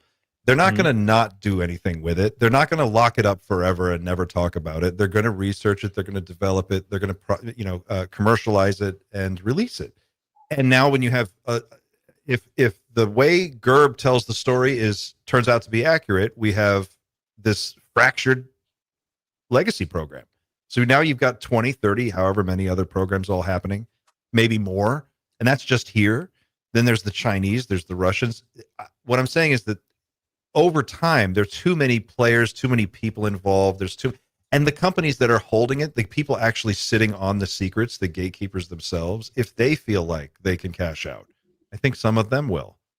We're counting on everyone in this whole program, every single one of these people, to be perfectly aligned with the ultimate goal of total secrecy forever. And I just don't think that's realistic. I think people are human, and I think they're going to say, look, we've got, hey, Bigelow, you want to buy some metamaterial? We've got some from a crash, and it's 1,000 times stronger than steel, and it's thinner than a sheet of aluminum foil. How would you like that? And you can make it. You think people are going to make deals like that? I would. Yeah, but if a guy like Bigelow, who like searches for the answers with infinite funds, right, which we would all love to have to be able to be on this quest, like he's doing the side quest we would all love to do, right? He's using that money very frivolously to discover, what's out there. That's what it seems like. It's like a Scrooge McDuck, right? but yeah. But then he gets to the end of it. What happens, right? It's all about consciousness. It's all about consciousness. It's about what happens to the soul, the container, the afterlife, the out of body stuff, the quantum field, the 0 point. It's all about consciousness, and this push towards getting the craft and the bodies. It seems so like lower density in terms of like what's actually happening and how we actually engage with this phenomenon. There are people who've been telling us for decades that they've had really profound, life-changing experiences in these states, in these contact modalities. And yet we're still trying to bang on doors to see the saucer. Of course we want to see the saucer. It's fun. But we can actually subvert and go around all these gatekeepers if you become sort of introscopic and introspective. Like there is a way around this stuff. And I think more people need to get to that point, and we need the channels like we have to like start pushing people in that direction, because we're not going to get anywhere against these guys. These guys are just too monstrous, too evil. They have too much power, too much money. We're not going to force their hand into opening the hangar door. So how do we get it? Well, looks like we got to find our own way in. And a lot of times, if you listen to experience or testimony, it really is through consciousness. And if we go that route, just the way this billionaire goes, I feel like we're going to find at least the answers that'll sustain you personally. You might not get it en masse, but I think that'll be enough. Nap does say that they're better at their job than we're at ours. So yeah. So see, two things that are really important. One, Chris, you do have to acknowledge a slight issue in Bigelow's journey, that he has a bias because of his son and grandson and the way they died. So to arrive at consciousness and afterlife and everything, there is a whole thing of potentially he wants to arrive there and wants to go that way because of that. So really unfortunate personal circumstance. But, you know, it's the same as when someone has a relative die and they see there's a famous Peter Kay joke where a packet of crisps goes down the street and they go, "Oh, that's our Robert. Our Robert loved crisps. That's him." No, it's a crisp packet floating past, but you project onto that what you want to project. So we have to acknowledge that in Bigelow's research, it went the way it did, but he had some personal tragedies that I would never hope anyone have to go through. If you experience like Kundalini or some type of like very profound astral projection that you can't explain, which I did, and I didn't ask for it. When it happened, it makes you want to pursue this stuff more, not because of the novelty, not because of the sensationalist sort of idea, but because it really changed you on a very fundamental level, and it set you for a loop. And so, you know, anybody who, whether it's tragedy or whether it's through a lucid dream or whether it's through meditation or yeah, exactly, in your death experience, there's hundreds of thousands of people who've you know, all felt this type of thing. And I think the pursuit of that, although yes, there might be personal sort of bias that you might you know, include in this, I think is, you know, far usurps any other reason to look into it. I think just looking into it for your own personal benefit is probably the healthiest thing you could do, rather than, you know, push it aside and go the materialist route and eventually end up back here. Like, that's anybody who studies UFOs, they all start at nuts and bolts and they all end up in consciousness. It's like when a new guy gets in, you go, "All right, it's all about consciousness." And they're like, no, there's Zeta Reticulans and there's Andromedans. And you go, "Cool, I'll see you in 6 months." And in 6 months, he's like, "It's all about, you know, the inner self and whatever." And I think that's correct. And I think that probably is the reason there are psyops, is not, and they've all told you, like, if from Lockheed CEOs to all, like, they've all told you, like, it's all about that. And if you only knew how powerful you can be, and that seems to be the big secret. The money is going into SAIC. The money is going into these, you know, crazy sort of parapsychological researching and things like this. The nuts and bolts, I feel, and all this push for transparency and everything is getting us away from looking at the real target, which clearly is not something that's as easy as putting it under a microscope. It takes, you know, it takes all types of different people to get there. But yeah, I just believe that eventually we're all going to want the same thing, which is answers that have nothing to do, you know, with the physical stuff. And that stuff seems to be tied into the physical stuff somehow as well. So maybe ufology is parapsychology. So It eventually becomes that. I think for most people who study this stuff, it's very rare that you'll have any researcher like Grant Cameron, been doing it for 51 years. Yeah. And he's, you know, he has the wow theory and everything else. You look at Jacques Vallée, who's been doing it forever. You look at John Keel. You look at all these people who've arrived to like this idea of, oh, it's about, it has, what's his name? The Canadian in 1950 that put Wilbur Smith literally spoke to, you know, top Majestic 12, who was it? It was Vannevar Bush, and said they have saucers are real. Those were like his first points. And then right under that he goes, and the phenomenon is mental. And like that was his next point. And then immediately MK Ultra started. and we started looking at like, psi research. Like, Isn't it interesting, by the way? And I love the way that you phrase this whole thread. But isn't it interesting how quickly they arrived at the consciousness thing? You'd think that would take a lot longer. Yeah, right? Like it's probably they figured out, oh, that's how you fly them. We need to go there or whatever. But through the discovery of consciousness, you're opening up a massive, sort of gaping hole in reality that is really, really hard to grasp, and will take a lot of time to study. What's interesting about the consciousness angle, just real quick, is that as boring as this sounds, and it is boring, but it's also thrilling. Anybody can do this. So, right, like if you right. sit and meditate and develop a practice of meditation, and you actually do it, that's the hardest part is taking the 15 minutes or 20 minutes a day and doing it. But if you do it, you'll start to expand your own consciousness, and once you realize that you can do that and understand how malleable that can be and where that can lead you, it opens a door that will never close. And yeah, you'll it really only works. want to continue that path. It's really interesting. It's the most interesting thing. There's also that story that it's parallel to all of this, of really interesting researchers and scientists that over decades have tried to look into this, and all of them like died mysteriously, died in plane crashes, disappeared without a trace. Andrei Puharich always felt in his final years felt very guilty about the role that he eventually played in those mind control programs. Itzhak Bentov died in a plane crash. He seemed to have like many answers to that. The Greenberg story, he disappeared and he seemed to be on the brink of discovering something. And it always happens like that. It seems to be like the most guarded secret is about consciousness and about psi, that's the way I've seen it, But it's the least tangible. And we have a society that really sort of puts value on physicalness. And if something is non-physical, it becomes not real for some reason. And we spend half our lives or a third of our lives asleep. And we don't know what goes on there.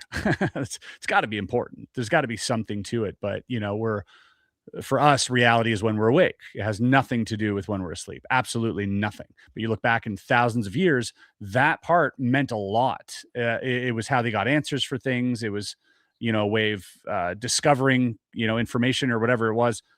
We're focusing, it feels like, on the wrong thing. And I think the pendulum's about to swing back to that idea of, wait a second, there might be a way in here that isn't knocking down doors, and it might actually be an easier way to get in.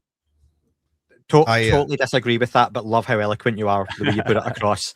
Because again, if it's such a struggle to get people to believe in a nuts and bolts phenomenon, you can't circumnavigate that and get them to believe that Inception's real in the dream world. And I'm not saying I lucid dream, and get people to believe in spirituality. The world's not like that, regardless what people want to think. And this whole thing that everyone can do it, would you want everyone doing it, given some of the really horrible and despicable things that humans do? So that's never going to happen anyway. But it's such an individual thing. And I agree, if you could get everyone in the world to do CE5 at the same time, would 12 billion orbs appear in the sky? Or would a handful of them appear? Because that's all there is. Who knows how that would work? There's already studies that Dr. Dean Radin conducted about that, and they do have like a mass effect. And not perhaps they weren't running studies to find UFOs or attract them, but with different things and through collective meditation, and it does have an effect. So, and all I'm saying, and I'm sorry to cut you off, Indy, just real quick, is if one person takes it seriously enough, anyone watching this can in their own time, in your living room, in your bedroom, you can meditate. And if you meditate long enough and you get good at it, you will have life-changing, life-altering experiences that you can absolutely point to and go, that fucking happened to me. I have manifested an Eames chair that is in my living room that I read in every morning. I fucking manifested that. It happens. And I know it sounds crazy, but there is an element of work involved, I think. Sorry, go ahead. I think so too. I get what you're saying, Andy. I absolutely get what you're saying, but I'm not. First of all, the word spirituality I don't like. I don't use the word spirituality for my own experiences. exploration of consciousness, I think, is a good way to put it, because it kind of toes the line between the two. Spirituality for me seems paranormal. It seems religious, and it seems something that is unexplainable, is woo-woo sort of like idea. I don't like that at all. I like consciousness. I like that it is probably fundamental, that we all have access to it, and we're staring down a microscope. We keep finding particles that are smaller and smaller and smaller and smaller. I mean, eventually, where's that going? You reach a barrier, right? And after that barrier, you need to transcend that barrier. And to do that, perhaps this is the microscope. Perhaps this body that we have is the microscope, and is the only way we're going to get past, the smallest particle that we've ever observed, is by going inwards. I did, last week I did DMT with Paul Hynek. God, man. Because I was like, hey, I need to know, let's go. And I had a really profound experience. Now, I know that is the drug. I know that is inducing something. But again, I've had a very similar experience completely sober, and it was very similar. And I went, oh, so this is like a shortcut into what I spent 4 months doing, 1 hour every single day at 4:30 in the morning until something happened. And it did happen. That's not nothing. I put the boots to the ground when it came to that stuff. Just like when it came to remote viewing, I did it for a year before I wanted to believe any of it, because I'm not going to read a paper or take someone's word for it. I need to see where the rubber meets the road. And I did that with remote viewing, determined for myself, not based on the studies, but based on my own sort of, doing it, that there's something here. Absolutely. And then I did the same with out of body experiences. After having an experience I didn't ask for, pursued it at a very diligent, sort of ritualistic level that I did every single day, like training. And I got up in the morning and I did it, because I'm like, I'm not going to let anybody tell me this is real until I can see it. And then it did happen to me. And so, yes, there is a level of work that you need to put into this. And perhaps it is a level of faith that it'll work. I don't know. I don't know how it works or why or what it is I'm seeing. I don't even know that I'm out of body when these things happen. That's the term that we put to it. It feels that way. But I know that there is, for me at least, objectively, more to this physical experience. And I think if I know that, I think they know that. So I think that's, where we come up against a weird psyop, is now like, why are they only talking about, all this physicalness? That makes you think stuff. That makes you think why they classified so many substances back in the 60s, because a lot of these substances take you to those places. And at the time, there was a lot of turmoil going on in the world. And it's like, really? You classified them because they're bad for people? Yeah, circling back on something you just said a minute ago, Chris, to your point, Pavel, is like a puff of DMT can take you. I mean, if consciousness is that sensitive, that a puff of a substance that small can take you to a completely different reality for a period of time, and you can have a real experience, like 30 seconds. Insane. And then you're back. And so in one sense, it's like, well, yeah, I did this drug and I got an effect from the drug, but the effect was you opened a doorway and you walked through it and then you walked back. That's pretty powerful. That's a technology. That's a tool. Some people would say that that's a tool or a doorway. Yeah, there's definitely science to it, and what that is debatable. But I know that you can also achieve a similar state through just rigorous training.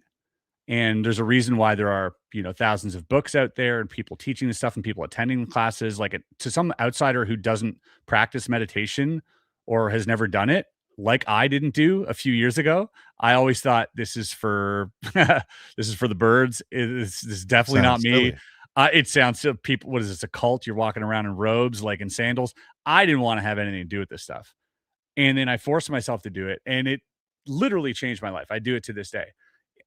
For somebody who is that skeptical and sort of, looked at it in this derogatory way, to come full 180 on it. I mean, it was that profound. And I don't want to convince anyone, and I don't think anyone should believe me. I'm saying that if you do put in the work, you might be surprised at what you find out. And, that might lead you down a separate life path. it is very profound how little time, when you really think about it, how little time people spend, I mean, include myself, in just pure silence, intentional quiet, where there's just no intruding noise or distractions. I mean, so much of our day is life is loud, it's distracting, it's constant, and there's just not a lot of opportunity for quiet and introspection in most people's day. And if you can carve out a window of silence and you can go there and spend some time inside, and you just go within and get used to being there and understanding what that space is like and how it feels to be there, eventually you find kind of, I think of it like your sea legs. You start to figure out, oh, this is a place I can be.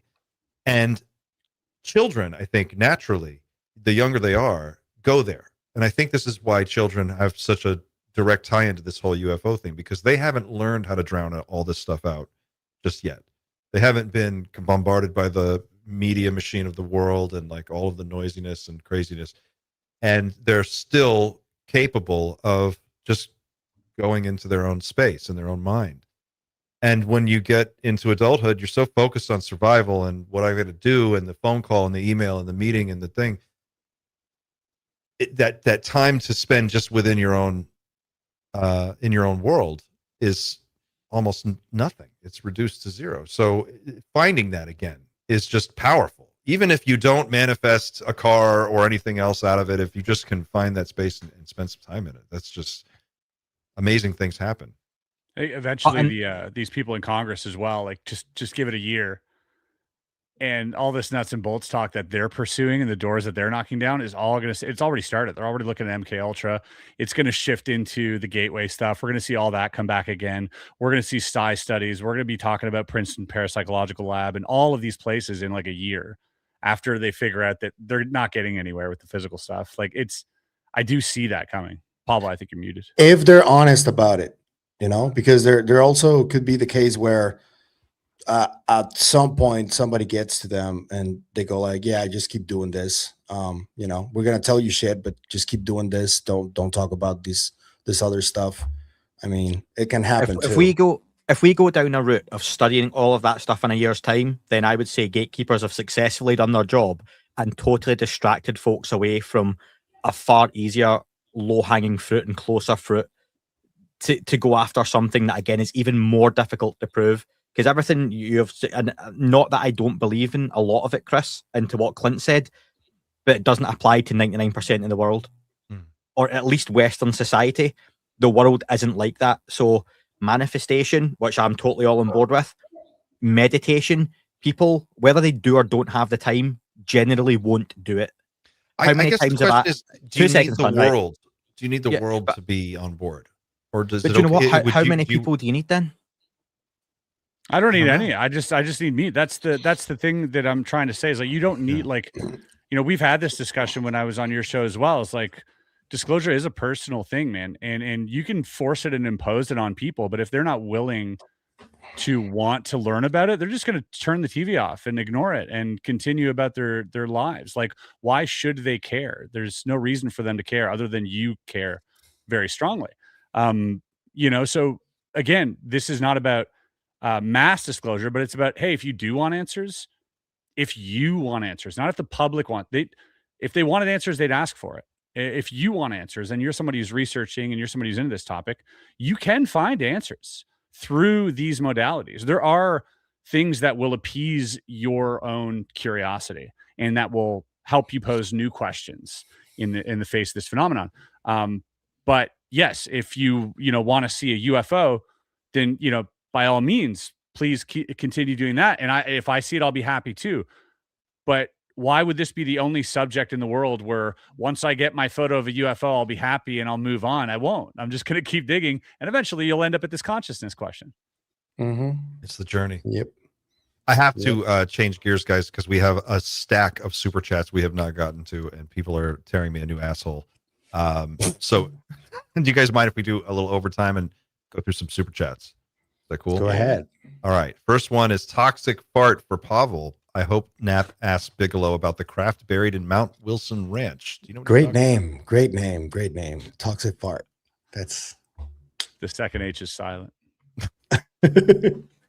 Also back again, Tim the Toolman Taylor has manufactured things in space. I'm not exactly sure what episode of Home Improvement that was in, but Andy, this one's for you. You want me to say Raul Ramirez Rodriguez or Raul Ramirez Rodriguez? Is that a bit better? If I roll, it's really hard to roll your R's in Scottish. Let's see. Toxic again. Get Area 52 in the conversation. Done. Check. Moving on. He manifested it. Donating. This is for you, Andy. Donating to your legal defense fund for saying World Wrestling Federation.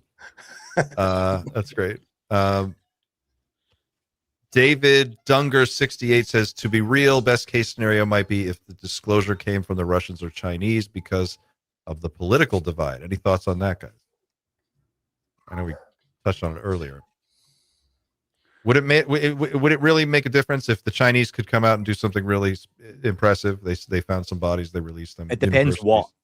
That was my point earlier. It depends what they do. If they come out and say they found a signal somewhere else, same kind of noise would surround it, to Chris's point that it would divide people 50-50.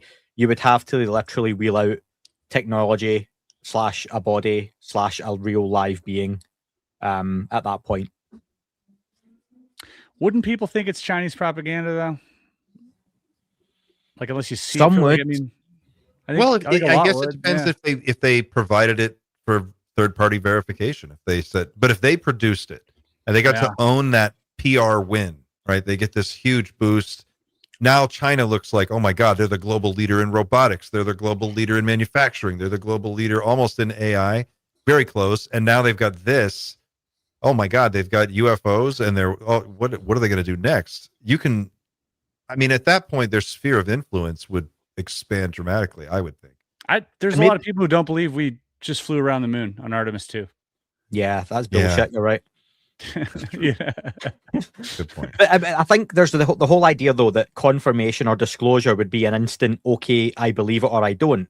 That doesn't mean that what we eventually get wouldn't be something that still takes weeks or months to slowly bring people on board. There may be an event or an announcement, but it might be almost like a program of, when you go on some of these shitty office or team building calls, this is course 1, and then next week it's course 2, and then by the 3rd and 4th week you'll learn a lot more.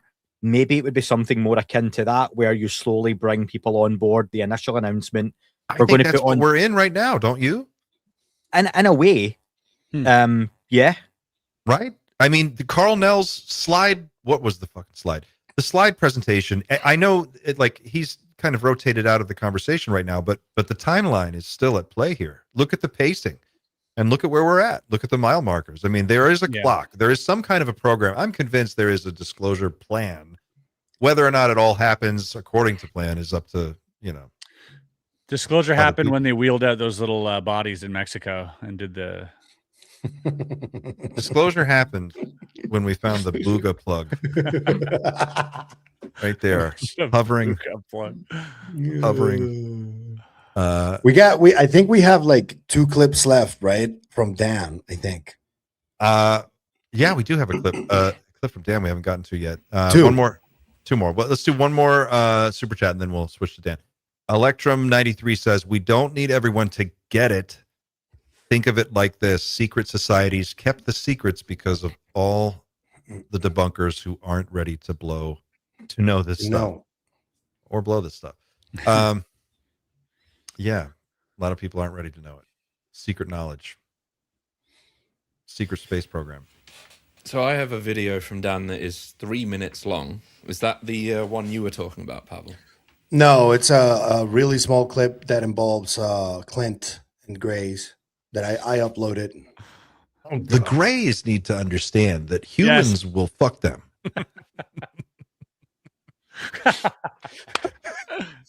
That's from Dan to you, bro. Thanks, Dan. The Grays need to understand that humans will fuck them.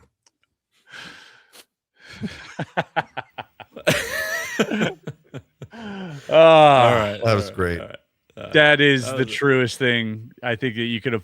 I quote that like once a week, Clint, just so you know. To other people who are trying to get into this stuff, I'm like, you need to understand one thing. We'll fuck anything once. Dude, yeah. At least. The We'll space we'll between bore the a mattress hole and the frame. Sure. and we'll either do that or we'll find oil. You don't need to abduct anybody. You don't need to pull me through the fucking roof of my house. Just Right. Buy me We dinner. got this as well. Good morning, brothers of doom and the disciples of doom following along at home. Greetings from Detroit.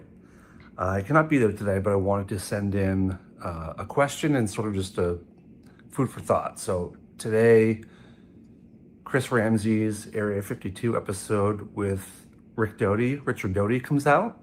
I watched it last night on Patreon. I want to play just kind of the trailer for that episode and get your guys' thoughts. The one thing that convinced me Watch that.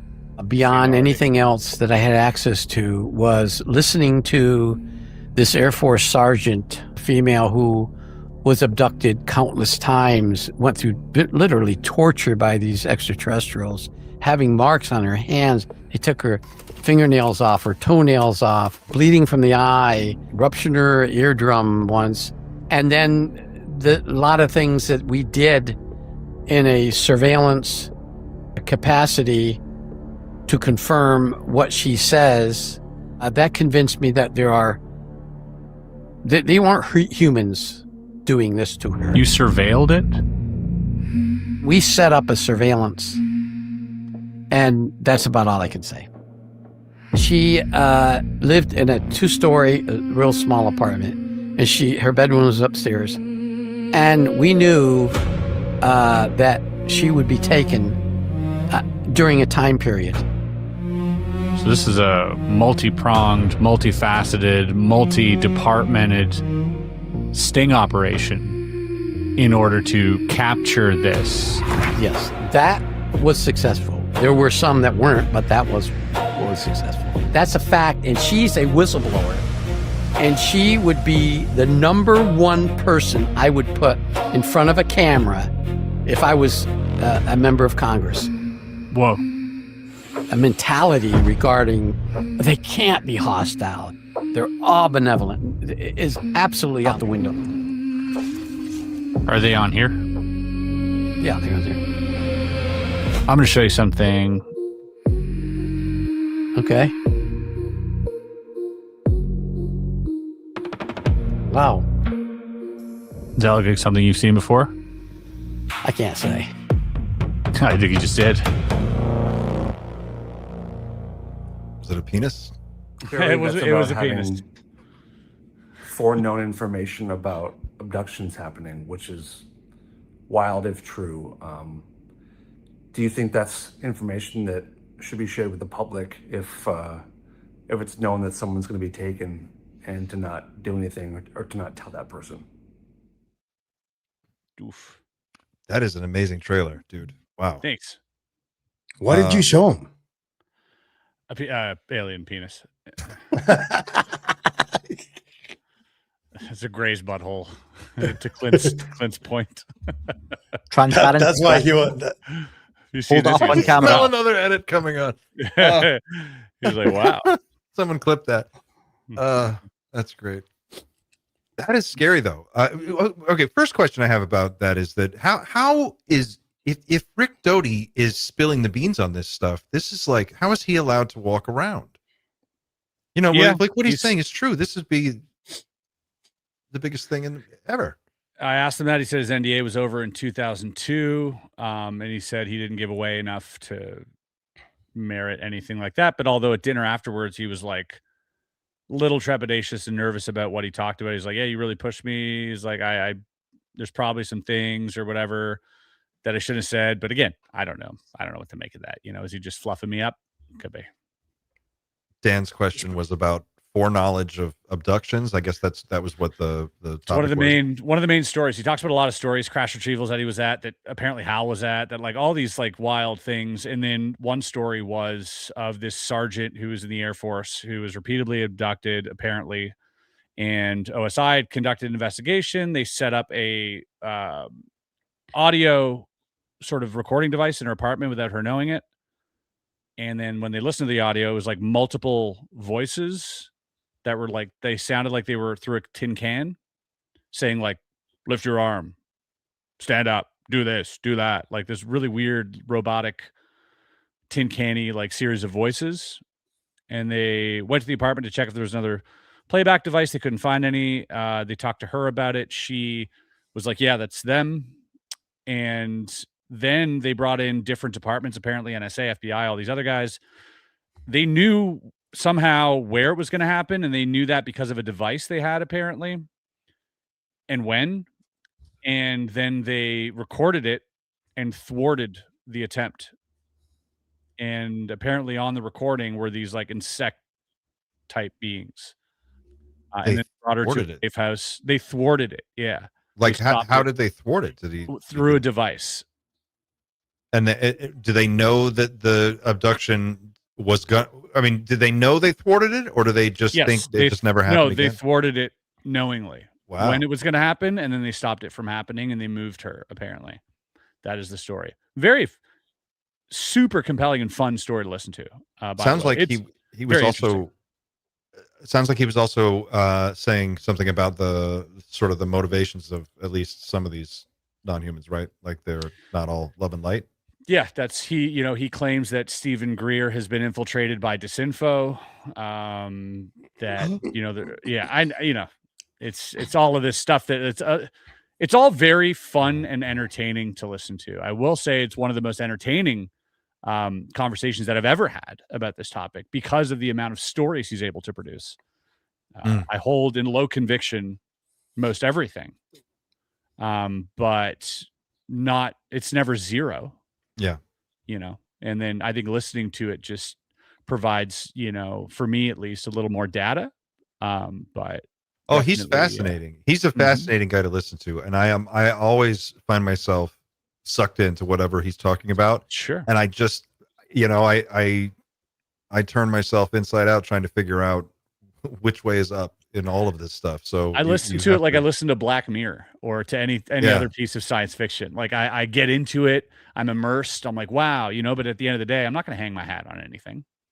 But I'll collect the information, and and maybe it'll come up in the future when some other psyop comes to light and we go, oh, that's what he was talking about. Or, who knows?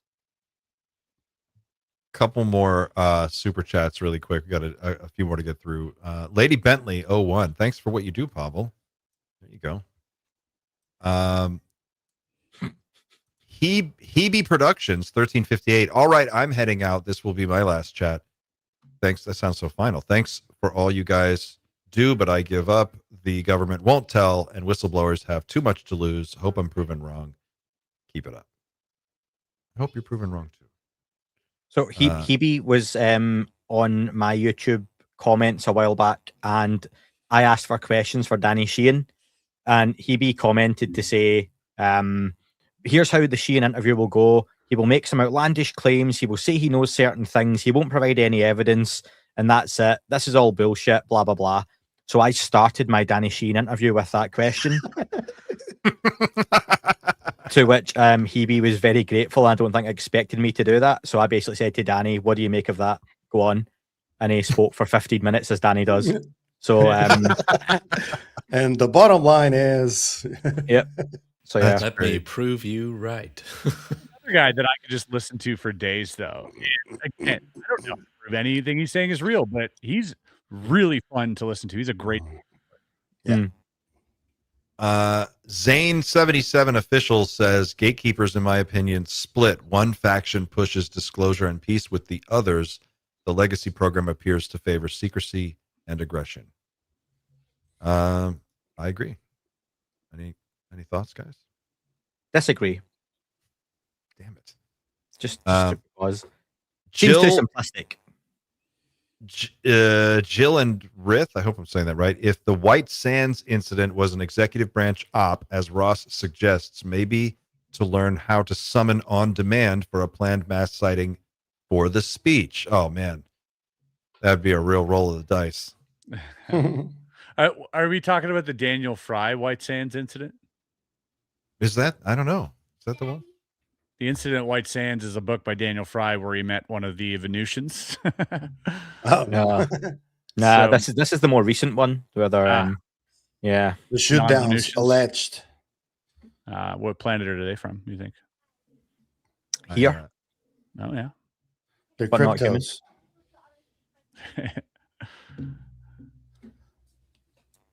Do you want me to read this Oh, one while this- Clint's looking away? Yeah, go Yeah. do it. Yeah, Mike, from Go ahead. from Anthony Almonte, 2070. Disclosure is the ego death of not just the general public, but also the systems and structures holding the kung fu grip on the control of the masses. Certain government are waiting for their investments to be paid out. Land. Huh? I read the capital letters loudly there. I I saw the emphasis. Ego And death. As he- intended. And he landed the plane at the end, right? That He did that's land what the it plane. was. He said what he Land. said. Said what he said. Rare Lightmare, what are your thoughts on we have actually been living in a government kayfabe reality? That's your position, Pavel, right? Yeah, since religions were invented, basically, in many ways. Wag the Dog. That's a whole movie about this. It's a pageant. Let's see. That's it. I think that's our last super chat. Did I miss Thank you, anybody? guys. Yeah, thank you. Yeah, this is great. Somebody said Android Paranormal. I think the point Andy was trying to make is they do think they are working for you, all Americans, by keeping you safe from China and especially Russia. Oh, the military. Yeah, it's The probably Jack Nicholson part.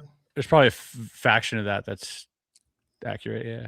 Yeah, a little bit, but I genuinely meant more that they think they are above the law and Yeah, they yeah. run things their way, and there's a Dude, military way of life, and a there's everything great- else. A great example of this is a really cool interview Danny Jones made where he has John Kiriakou debating Andrew Bustamante, and you can tell how indoctrinated one of them is to the that's a good whole one. intelligence community thing.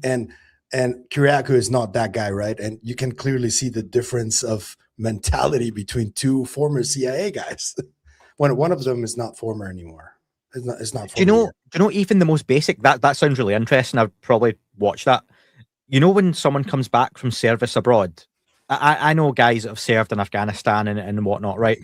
And they talk about civilian life, and you know how many former troops, and Chris, you know, you're big into like veterans charities and stuff like that, right? We had this chat, and people struggle to assimilate back to just being a civilian because of what they've experienced. Now imagine that, but for 30 years you've been involved in keeping secret that the world is being visited by extraterrestrials, and your enemies, the Chinese and Russians, are trying to get this top secret technology that could end American life, and you're an American and you're trying to keep this secret. And then you've got us UFO podcasters going, just show us the satellite imagery. Like, I get why these guys are so indoctrinated into what they do, that they're like, you're just flies annoying us. Like, we are literally doing this job and it is life or death. And not that we want them to keep all this secret, but I get it. Yeah, and Clint said it earlier too. They might think they're doing the patriotic thing by not coming forward. And just like the people who worked on the Manhattan Project literally went down as heroes for not coming forward and not sharing, high-tech secrets. This is that, I think, as well. I think if I was in there, I would have a hard time going against the grain as well, I feel, just because of how everything is, sort of stacked in the way that it is. You just going here, you have to be absolutely convinced that what you're doing is the right move. The Highlander says, Chris, congratulations on your 100th episode. Thank you. Yeah, man. Can I just say too, Andy, I want to thank you, by the way. Andy, after our podcast, he reached out and he said, hey, the pod's doing really well. I'm going to donate some money to charity that you want to donate to. And so he took some money and donated it on my behalf to a charity. So I want to shout out Andy for that. He's a real one. That's awesome, man. Didn't I'm a have nice to do guy. that. You are What a a nice guy. guy. Thanks. No, you're very welcome. He B Productions 1358 again. I wish Dylan, Grusch, Matt, etc. would all go on Rogan, no politics, and all live stream. Put out one definitive video pic. Leave out the tech and names. Let it ride. Bob got over 60 mil. Let it rip. Yeah, I could see that. Sure, why not? If Doty told me Chris Ramsey has a beard, I wouldn't believe him. Toxic. Well, the English, the UK comedian whose name is spelt like the way you spelt it doesn't have a beard. There you go. So I think this is the last one. Steve Thinny-eyed says, I'm not sure if you read this last time, but did you see the gray alien pic from the first tranche? The title was NASA UAP VM001. Eyes What? on either side. There was a gray alien pic from the first batch. There's definitely no gray alien pic. I am not aware of any such. And I like that you said tranche and not tranche. Is it tranche? Is it tranche? We're taking it back. I drop my mouth every time I hear that. Grusch or Grusch? Les tranchés. Les tranchés. Not the Grusch one, it's Grusch. Like he's literally said it himself at the hearing, and people still do this thing. Grusch. No, it's Grusch. Fuck, man, he said it. I think so many Lou times. still says Grusch, does he? Yeah, He's like, my good and dear friend Grusch. Oh, he did correct himself once on that though. There was a podcast because I called it out on a show one day to say, is he doing this? Because folks on my Discord were like, is Lou being disrespectful and underhanded by deliberately saying it wrong? And then I can't remember what show it was, maybe a news show or something. And then he said, David Grusch. And then he said, oh, sorry, that's my Puerto Rican coming out. It's David Grusch. And it was, he then corrected it. But he did say Grusch so many times before that. So it's like when Patrick from Vetted says Gerb, UAP Gerb. One man's Grusch is another man's irrigation field. So yeah.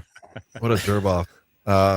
Andy, Dana says, Andy, I just received a hardcover copy of Atlas of Unidentified Flying Objects. Everyone should buy it. Everyone should buy it. Thank you. That's Atlas of Unidentified Flying Objects, available on all good retail. Shut up, Pavel. That's actual Dana, including Amazon. That's actual Dana from the X-Files, by the way.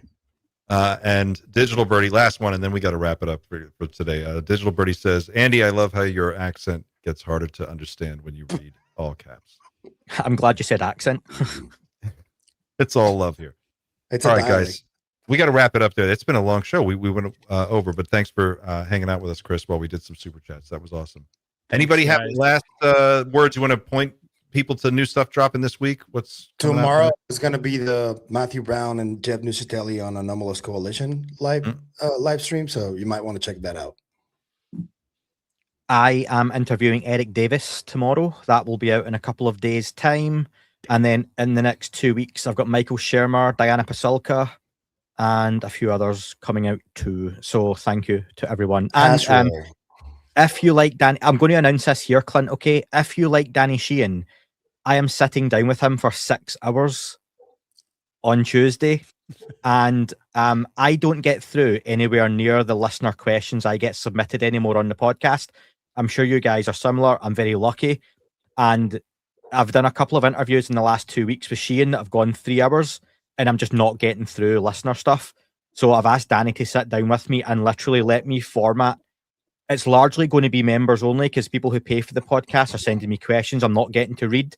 I'm going to do like a highlights cut of it for people on the free feeds, but it's going to be like a month-long member series where you'll get like an hour and a half, 4 times of pure Sheehan.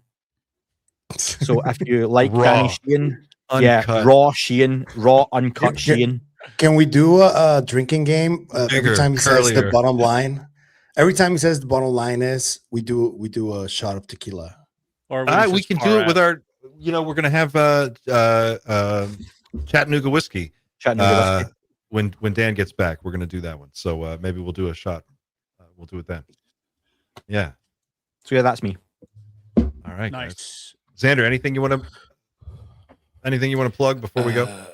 I get my new episode has been out for about 4 hours, and yeah, it's all about ancient AI, and I think I actually express quite a few new ideas in this episode. It's not I think you'll hear some stuff you haven't heard before, some theories. So if you're interested in that area, then I would recommend it. It's one of my more in-depth episodes. It's also a two-parter as well because I couldn't get it all done this week. It's ended up being too long. Not too long, but about twice as long as I'd planned. So you need some rest, my friend. You need to. I do need some It's rest. late over there. Yeah. Recharge. Yeah. All right, guys, we'll wrap it there. Thank you so much for hanging out with us today. This has been awesome. Thanks to everybody who participated in the chat. If you were playing the home game with us and following along, we appreciate you. If you haven't already, please consider subscribing. It doesn't cost anything. It only takes a second, and it is the best way to help all of us keep doing what we love to do, which is come here and nerd out with all of you. So with that out of the way, we'll see you soon. We'll be back next week with more of the weird and unexplained mysteries of the UFO disclosure process. And until then, take care of yourselves, take care of each other, stay out of trouble, go take off your shoes and walk around in the grass, get outside and stop looking at your phone. And we'll see you soon. Keep looking up.